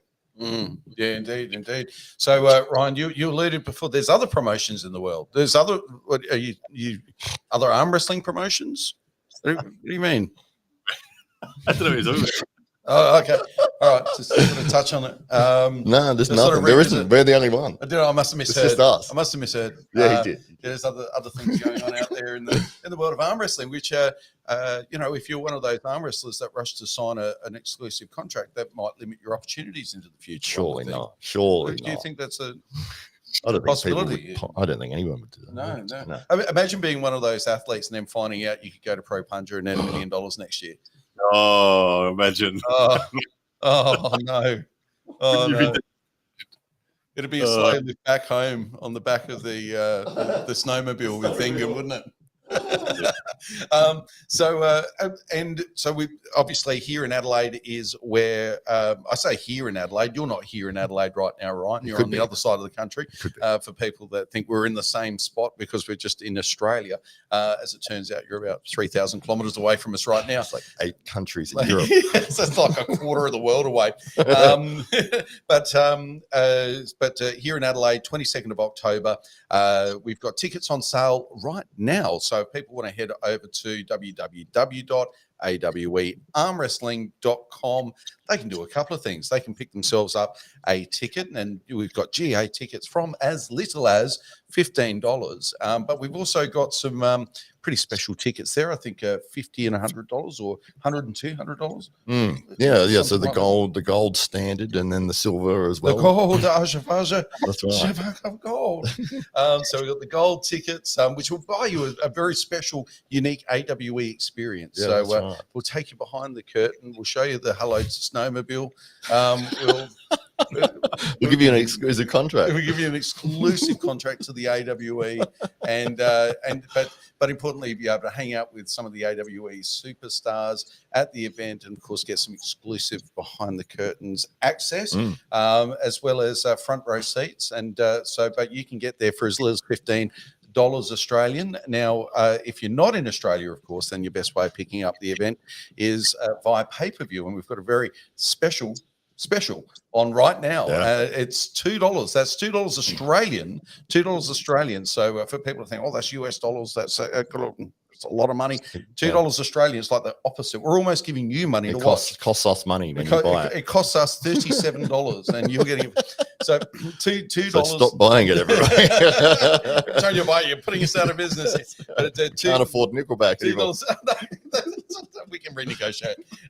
But $2, $2 Australian, which is about $1.30 US thereabouts. I think so. Yeah, something like that. Almost free. Almost free for you if you're in the US, and of course that's an exclusive offer until the 22nd of September. Yeah. In which case that little offer just disappears, and you're back up to paying, I think, $5 and then maybe even $10 if you leave it too late. So $2 is your opportunity. So if you're one of our friends in India and you've been a little bit put off by buying pay-per-views because they're $15 or $20 US, and that can obviously, when the exchange rate's all factored in, turn out to be a lot of money. You can almost buy a house in India for that money. That's right. I did 3 of them, and but instead for $2 Australian, you can get in, and if you're struggling for the $2, get your mates to chip in. You can all watch over the iPad and have an afternoon of fun watching AWE 3. So That's get right. behind it. But it doesn't matter where you are in the world. That's $2 Australian. We noticed that we've got a whole bunch of friends that have jumped on board from America, taking advantage of the exchange rates and the best value pay-per-view you can buy Absolutely in the world right now. That's right. Yeah, for sure. No, in the arm wrestling world, for these quality of matches, this is insane. So it is a thank you to the supporters of AWE from us. We're giving you this opportunity to jump in early. If you've been following us, you're following the podcast, you're following Ryan, jump into awearmwrestling.com and you can get it now for $2 before the price starts to increase up to $5, and then I think on the day or the day before or something, we're going up to the $10 mark. But even at that point, we are still far below the pricey costs of other organizations that are out there. Pricey indeed. That's right. So great. The snowmobiles aren't cheap. So no, indeed, that's right. Especially the repair costs. It's a lot of work to do in the background. So you've got to get the qualifications. Yeah, it takes years. Yeah, it's not something you can just jump into. No, or on. You can get on the back. Yeah, as long as you're not driving. So best value pay-per-view in arm wrestling, $2. Head over there right now, www.armwrestling.com. I think the Drew has dropped it in the comments. And we've got Ryan. Oh, somebody's still going with Blue Bowen. Hope that's not offensive. Can we? Right. I don't know who he's talking about. Ryan Blue Bowen. It's Ryan Bradley's dad, Bowen. Now. Yes, he's king of the bicep. Of the bicep. Whoa. There you go. Just one though. It's not the doubles. Yeah, I don't know if you one. mirror it and say it's left. No, it couldn't be left. No. We've got one of our AWE superstars in the chat, and there's Drew dropping in the link. So That's head over to that's the website you want to go over to right now. That's $2 pay-per-views, $15 GA tickets, and more. One of my favorite things is when we're making ridiculous jokes and stories and just seeing this slight amusement that comes across my face. Just Ryan, just patiently and kindly waiting for us to finish. Nickelback, snowmobile, jetpack. It wasn't funny the first time, guys. Only to you guys. No one cares about the in-joke. We watch this back just to watch for our own jokes. I'll pass straight to that section. It's introduction and then that bit for me. I will go back and try to find one line that I had that I thought was funny. It might take me 20 minutes to find it. And then you get there and realize it wasn't that funny after. Yeah, that's how most of my Thursday nights are spent. So Ryan versus Devon is the call from Ragefield Engen. Virgin. Ragefield Virgin. Bergen. Okay. One of our SA Titans members, France McGee, has jumped in here. Ryan's absolutely got the poker face, nailed for all his matches. You guys just aren't as funny as you think you are. Well, we like to think we're. Could be a bit of both. Could be a bit of both there, France. But we don't mind if other people don't find it funny because we're laughing. It's funny to us. Although I do see the numbers dropping in there. Yeah. That's great. I think we were coming to a head. We were coming to the point of something. Josh Barker was in the chat. We were going to say hello to Josh. AWE superstar Josh Barker. I hope you tuned in earlier, mate. And if not, certainly watch it back because we said nice things about you this time. We did say that you were 90% forearm and that the rest of your body was parasitic. But nonetheless, that's how we see you, Josh Barker. That's right. And he says, will Lachlan Adair still come over? Well, he could enter the tournament, the AWE tournament that is happening on the same day. I know Mario is coming over and will more than likely be the final, one half of the final. And so if you do want to enter, of course, and be beaten by Mario yourself, or you Lachlan. can potentially, then you can do that, and it's a $50 entry fee, and that'll get you into the tournament. And the prize for winning the tournament is. Well, you get the grand finals takes place on the AWE 3 pay-per-view card as the very first match. So people will be able to watch the tournament for free on the AWE channel or on awearmwrestling.com. And then that will lead into the the pay-per-view will kick off. So if you've been watching the tournament and you want to see the finals, it's like, oh, this is the moment. I want to see Mario versus Lachlan. Well, it might happen here if you just pay the money to see it on the pay-per-view. But it should be incredible. It is a right arm only open weight double elimination tournament that anybody can enter. So yes, as long as you've got a right arm. That is one of the requirements. Yeah. Well, I guess you could go left, but you'd have to. Backhand. That's right, because you have to hold on to the peg. No, you definitely need a right arm. So. But that should be very exciting. So that is the AWE tournament will be taking place. That would be the first thing that we're kicking off the bat. You can register for that as well on the awearmwrestling.com website, and we've had a couple of people do that already.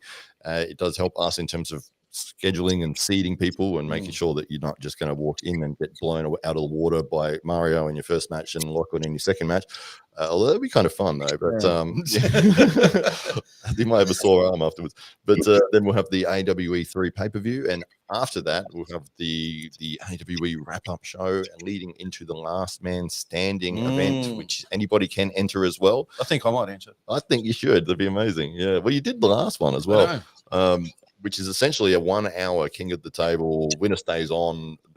So whoever is in the winner position at the hour mark gets the prize, and whoever holds the winning position the longest throughout that hour also gets a prize. So it's fast paced. We average 3 matches a minute at the last one, and it is lightning fast, and it is called Last Man Standing for a reason. People drop out very fast after they realize how many matches they're going to have to be sitting through. So great fun. $30 to enter. All you need to do is head over to www.awearmwrestling.com, and you can enter both of those competitions or either of those competitions, whatever tickles your fancy. And of course, there is potential for you to feature on each event during the course of the day. There could be. I mean, say Mario Tavares, for example, enters the AWE tournament and gets his way through to the grand final, so he would be seen throughout the tournament. He'd be seen on AWE 3 pay-per-view, and if he decides to do the last man standing as well, he could be on camera arm wrestling for whatever it is, 12 hours for the day. So he'd be very big in India after that. Very big, very big. Right. He is big. Brett Lee. He is the Brett Lee of India. So does Australian Arm Wrestling Federation do yacht racing? Do yacht events? I'm 16 in South Australia and was wondering. I'm not sure. Do you? I'm not. He's asking about the state tournament. So yes, we do a tournament. It's not run with the Australian Arm Wrestling Federation, but we call it the Titans Open. So that will be later in the year after AWE 3. You can enter in AWE tournament as well, but just keep in mind that it is an open weight right arm only. Probably going to be some heavy hitters in there. Probably not the best first tournament to enter if you're 16 years old. But absolutely. Keep an eye out on the SA Titans Facebook page, and you will see the Titans Open, which will be another tournament which will run later in the year, has its own weight classes and beginners divisions and that sort of thing.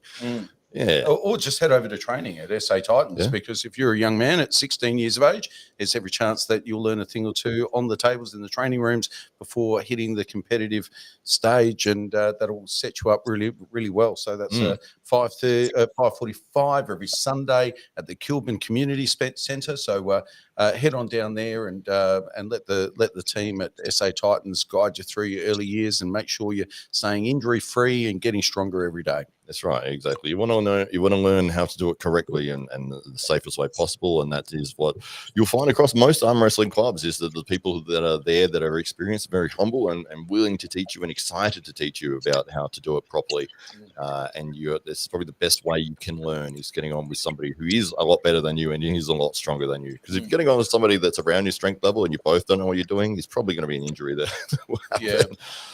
And important to note for the young athlete, if he's wanting to compete, you can compete at any of the the Australian Federation state championships, even though you mightn't be native to that state. So that's right. Do you want to jump on a plane and go try your luck? You can certainly do that. That's right, yes. But the one in South Australia will be the Titans Open. That will be running later on in the year. The Drew has said, if anyone's got the gold level AWE live entry ticket, please let me know. Also, it has backstage access. Can that person make a video of that experience? It sounds awesome. They can, but Engen will yell at them. So just keep that in mind. So, surely not. He's never yelled in his life. I don't think his voice gets above a whisper. It's mainly, it's really hard to hear him on the snowmobile because of that. It's a little bit hard to it's a little bit hard to suggest for people not to film such a cool thing. So yeah, if you're backstage and you got your phone out and there's a chance to take a photo or have a video with one of your favorite athletes, and they're never welcome back. So you'd be immediately told to get out. Yeah. So and then you're the worst thing to happen to arm wrestling. Yeah, you won't be invited to Madison Square Gardens either. So no, of course you can get your phone out and take all the pickies you want. So gold access, that's what it's all about. The behind the scenes access to the athletes you know and love. And Ryan's enormous elbow says, I know everything. We don't doubt that. Why is it so square? Has this been answered? Have you been to doctors about this? Has this been when you do go to, I mean, you probably go to a doctor who's understanding what's going on now, but have you ever just walked into a doctor and why? Why is it like this? No, they haven't asked any questions. They're just, that's just an elbow. That's great. Michael Monster Todd. Yeah, it's funny though, the injuries or what happens to people at the elite levels or people who have been arm wrestling for so long is that they lose the ability to completely straighten their arm. Just that constant pressure, tightening everything in the hand, the wrist, the forearm, everything's always under pressure, pulling. And you could show a silhouette of Devin Larratt walking, just a shadow, and you go, that's Devin. It's just the way his arms don't extend now. It's like a monkey, like it is like a gorilla. Yeah. Like it's all tight. Cross with the T-Rex. That's right. Yeah. But you were mentioning, and you've mentioned on a couple of occasions, Ryan, how really that's what you're going for now. Like you feel like you've got probably you're at 9/10 of whatever level of strength you're ever likely to have. You're almost there, but really like the last thing for you is just getting really kind of tight and really gnarly and really tied up. So people just can't break this. That seems to be the next step for you. Yeah, it's definitely you get twisted up over the years and twisted up in a way that it actually benefits the sport. Like you become a better arm wrestler the harder you are to unwind, and it's a hard thing to describe to somebody who's not in the sport. That it's hard to convince them that that's a good thing, that you become stiff and twisted, but you feel it on the table. You really do notice the difference between somebody who has that long-term seasoned sort of elbow. It's very, very different. And look at people like Todd Hutchins and stuff like that, people that have been going sideways hard for their whole career. They're just different. How do you think you would have gone against Todd? Oh, gee whiz. I mean, I would love to pull Todd at some point in my journey. I think that if I could get outside his hand, I would be able to have the opportunity to technically work. I think there's no doubting that any wrist on wrist that he would be superior to me. Matei Urangi managed to get outside his hand, so if we made that assumption that I got outside of his hand, I still don't think I'm moving him off center. He's going to go on the attack. But what he lacks is a press, which is what we saw against Matei Urangi, that he just has to sit and wait with side pressure. The one thing I have, particularly if I've cracked someone's wrist slightly, is a King's move. I train it against Lachlan at there because by not by choice, but by necessity that Lachlan's so strong. Just for survival. So I think that if I was in a King's move position against Todd Hutchins and his wrist was cracked, it's a really interesting situation because it allows a genuine stop to happen, and it becomes his endurance against my ability to have endurance and technically maneuver in that position. So it's something I hopefully will know the answer to someday. So I was watching a live stream by Monster Michael Todd and Rebecca probably a week ago now, and he was asking the audience who he should be competing against, and I would say by proportion of responses, your name popped up more than any singular name. So very interesting that within less than a year or so, you've gone from being 80, 90 kilos depleted Ryan Bowen to now somebody that enough members of the arm wrestling community feel would be a worthy opponent to somebody of Monster Michael Todd's stature. How does that feel? Yeah, that's pretty cool. I mean, Michael's someone that's clearly way above me in terms of achievements in the sport. Yeah, but it's very cool to be considered in the same conversation as a potential opponent for him. I think that I would pull anyone that seriously wanted to pull me. I would pull. I don't dodge people at all.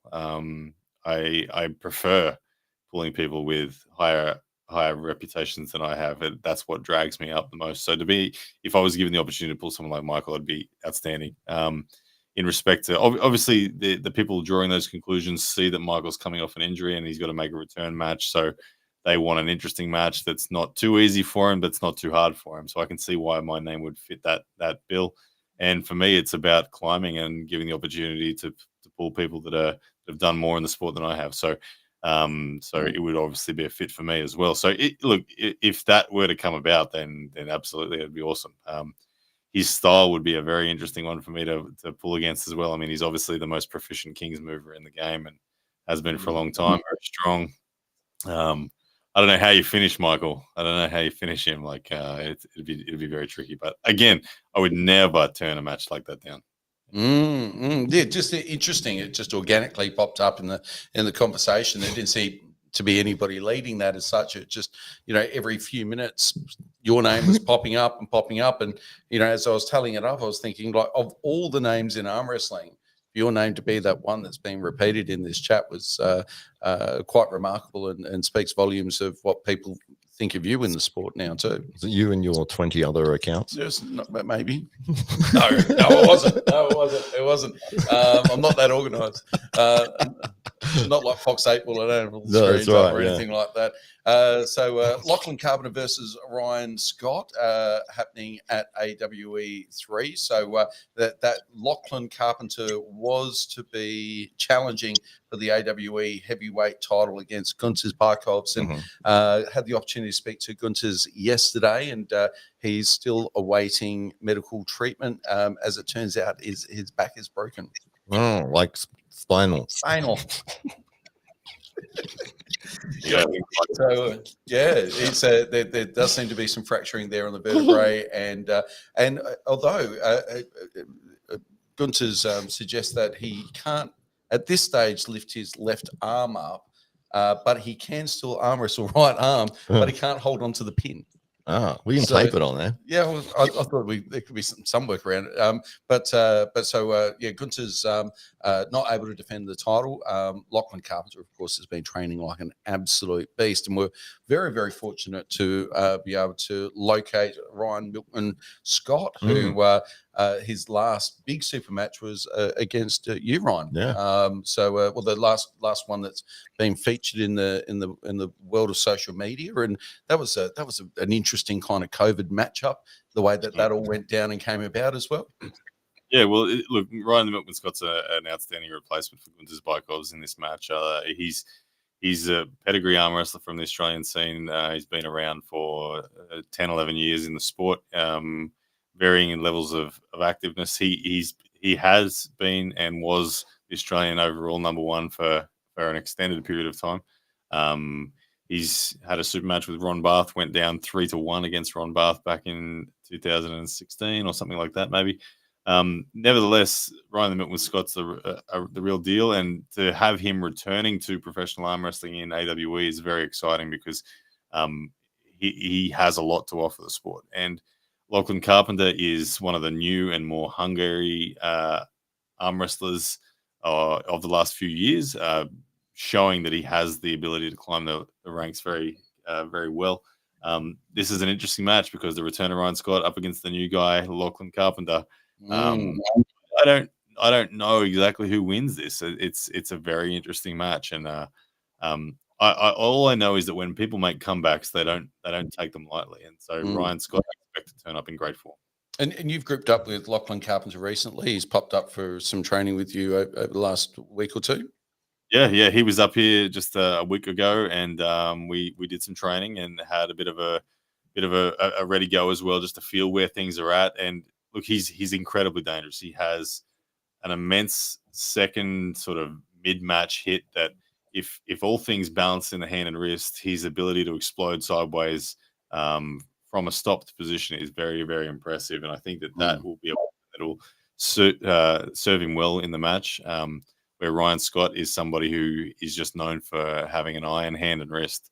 Not the strongest arm in the world, but his wrist is so strong that it negates other people's ability to get into the match. So, yeah, great matchup between these two.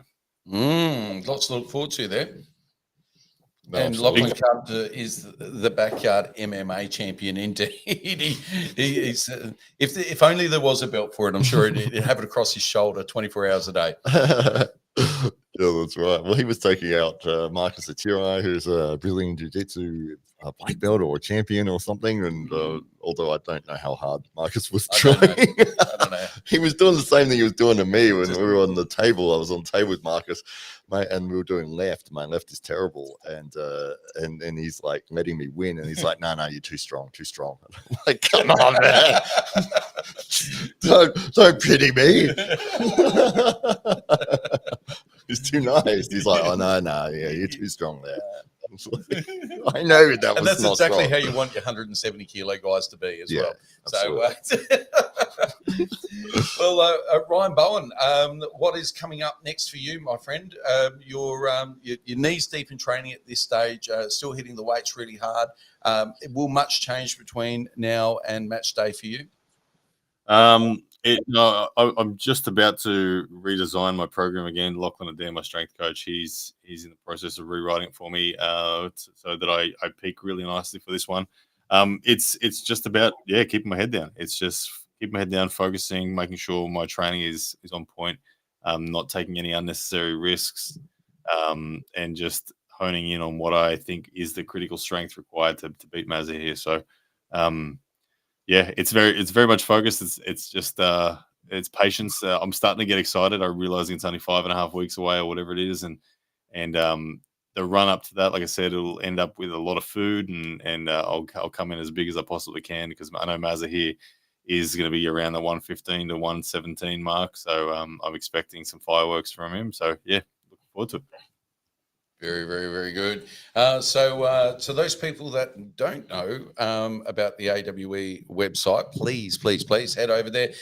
Even if you don't sign up for one of those amazingly inexpensive $2 pay-per-views whilst they're still available until the 22nd of September, you can sign up and receive updates from us as we draw closer to our big events and some interesting news and other features that you won't find publicly available, but you have access to it all if you're a member of AWE. So head over and join the AWE family right now on www.awearmwrestling.com, and of course you can buy that pay-per-view, and tickets are on sale now to our event, which is taking place here in Adelaide on the 22nd of October. But of course, if you can't get here, get one of those early bird specials on the pay-per-view at $2. It's simply the very best value you can get in arm wrestling. We'll just very quickly run through the card for AWE 3. Headlining, of course, is Ryan Bowen versus Mazahir Saidu, all the way from India.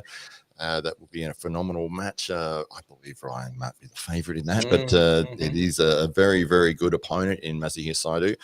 We've got the biggest arm wrestling match in terms of body weight ever to take place in Matawaringi Hedamorris versus Marcus Letirai, 342, 343, something around there, kilos of arm wrestler is going to be facing off against each other in the octagon. It's going to be phenomenal. Both these guys, enormous guys, and very similar styles, which will be very interesting to see what happens and how this match actually takes place.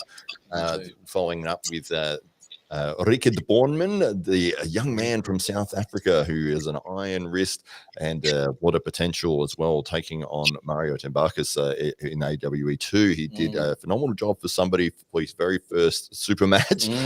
So he will be taking on the Axeman Bowen Contado, who will be coming down as well and has really stepped up his game and looking in fine form.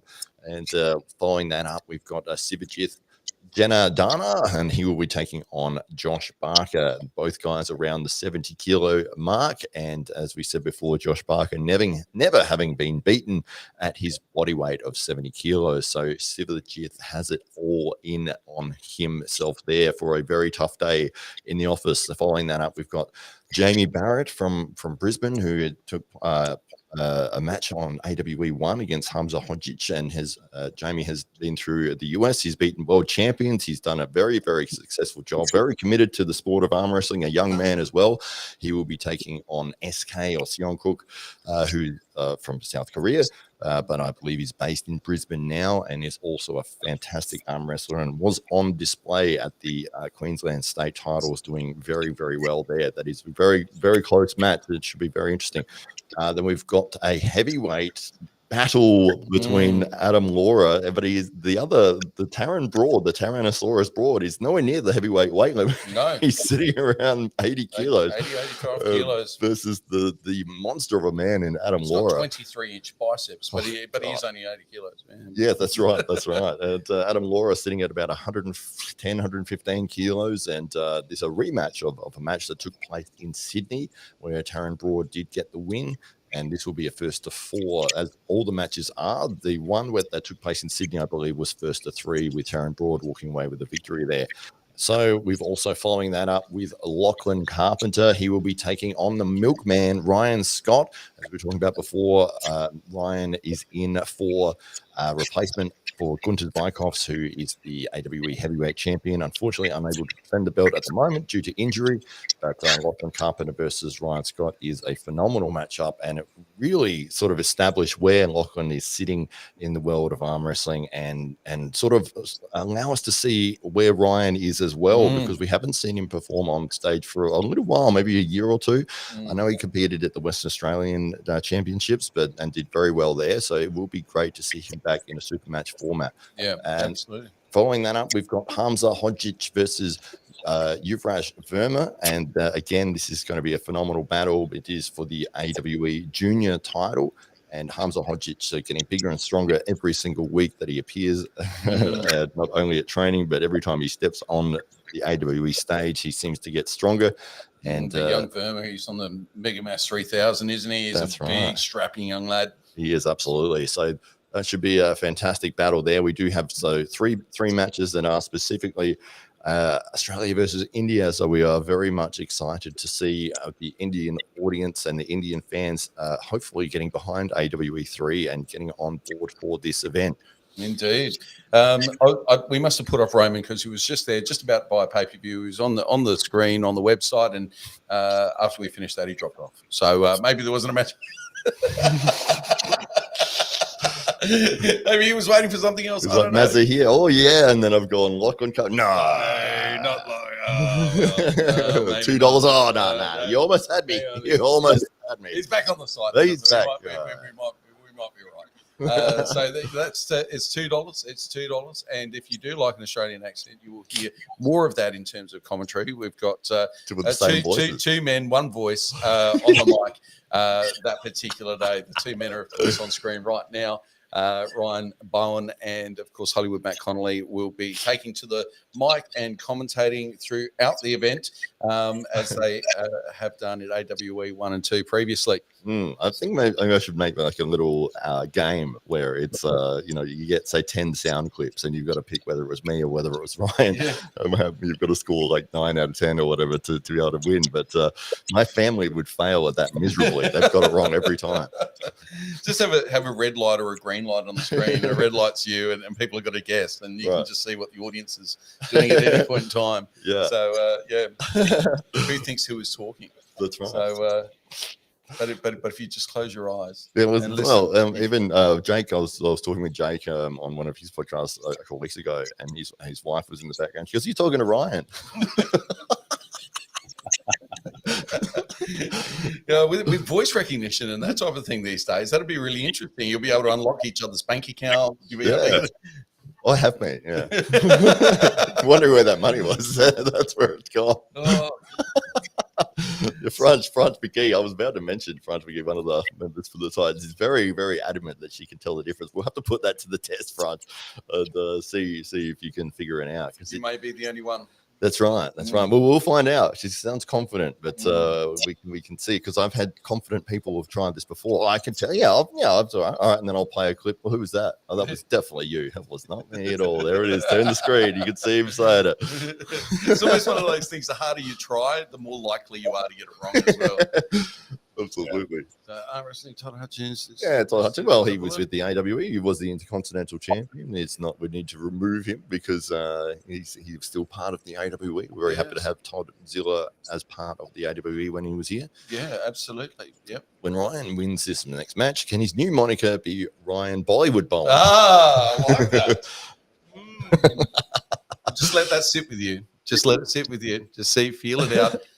It might feel more genuinely you in the next week or two. It's a slow burn. Yeah, well, the Drew has Todzilla's AWE shirt, and he will wear it if I ever see him in person. Well, there you go. It's fantastic. Yeah, get him to sign it. We'll be the only one in the world. It will be, actually. Yeah, that's true. We've got Intense Humorous. The match is interesting when Ryan's opponent is Mazahir Saidu. It is a very interesting match. You can see for $2 at the moment at awearmwrestling.com. If you head over there and sign up, you can get it for $2 at the moment. Don't delay, because on the 28th of September, the price will be increasing. 22nd of... Is 4 weeks out. Oh, is it? Okay, 22nd of September, the price will increase. So $3,000. $3 million. It goes from being the best value pay-per-view the worst to ever. maybe the worst ever. So... Your chances now. You got to the 22nd of September. Get in there quickly. We have an important question for Ryan here. Very important. What's your favorite Jimmy Buffett song? I'm going to disappoint someone here. I don't know Jimmy Buffett by name. Very indie alternative American rock, I think.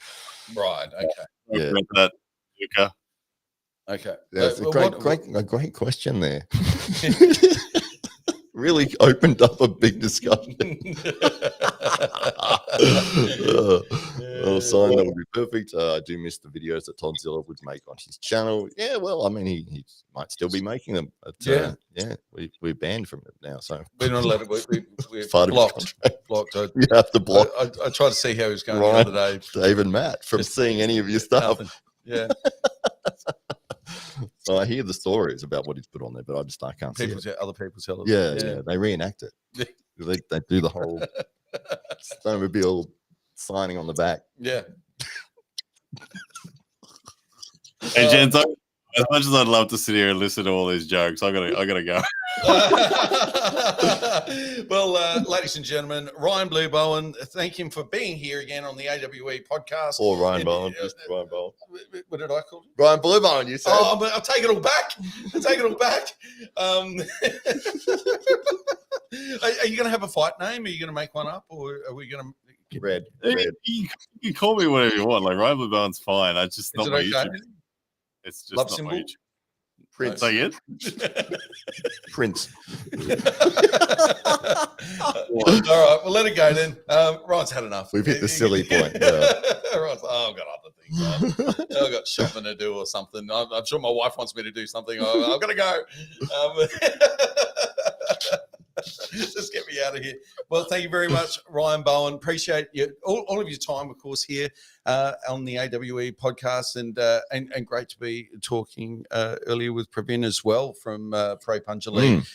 Great to get some wonderful insights and to get some of the background as to how all of that kicked off and is now becoming quite the global juggernaut. And of course, to all of those that are kind enough to tune in every single week. We've got Lucha, we've got the Drew 24, Phil Woody. Not around today. No, he did. He popped in for a second. He did pop in. Yeah. Okay, wonderful. Oh, there he is. Is that Phil? Yeah, that's Phil. Oh, there he is. Awesome. Oh, I was almost going to send out a search party. So absolutely fantastic. Thank you to our sponsors, of course, Barbell Foods and Bunster's Hot Sauce. You can jump onto their websites, get yourself 10% off whenever you're whacking the code word wrestle. And for fans of AWE, please head over to the website right now. Get your $2 pay-per-view. It runs out on the 22nd. This is an early bird special. This is the best value pay-per-view in arm wrestling. So head over there right now if you want to see India's best up against Australia's best, and of course a absolutely full of mega matches. So we're going to steal that from Pro Puncher League. I like that. These aren't just super matches. These are mega matches. And please subscribe, sign up to the page. You can find out about all the Nickelback's touring dates, everything you need to know is there on the AWE page. I'm Dave Stockbridge. This is Hollywood Matt Connolly. There's some double biceps for you. And, of course, the man on screen, Ryan Bowen, who did have something to do, but he's just hanging around until we're absolutely done. Thank you very much, ladies and gentlemen. We'll see you next time.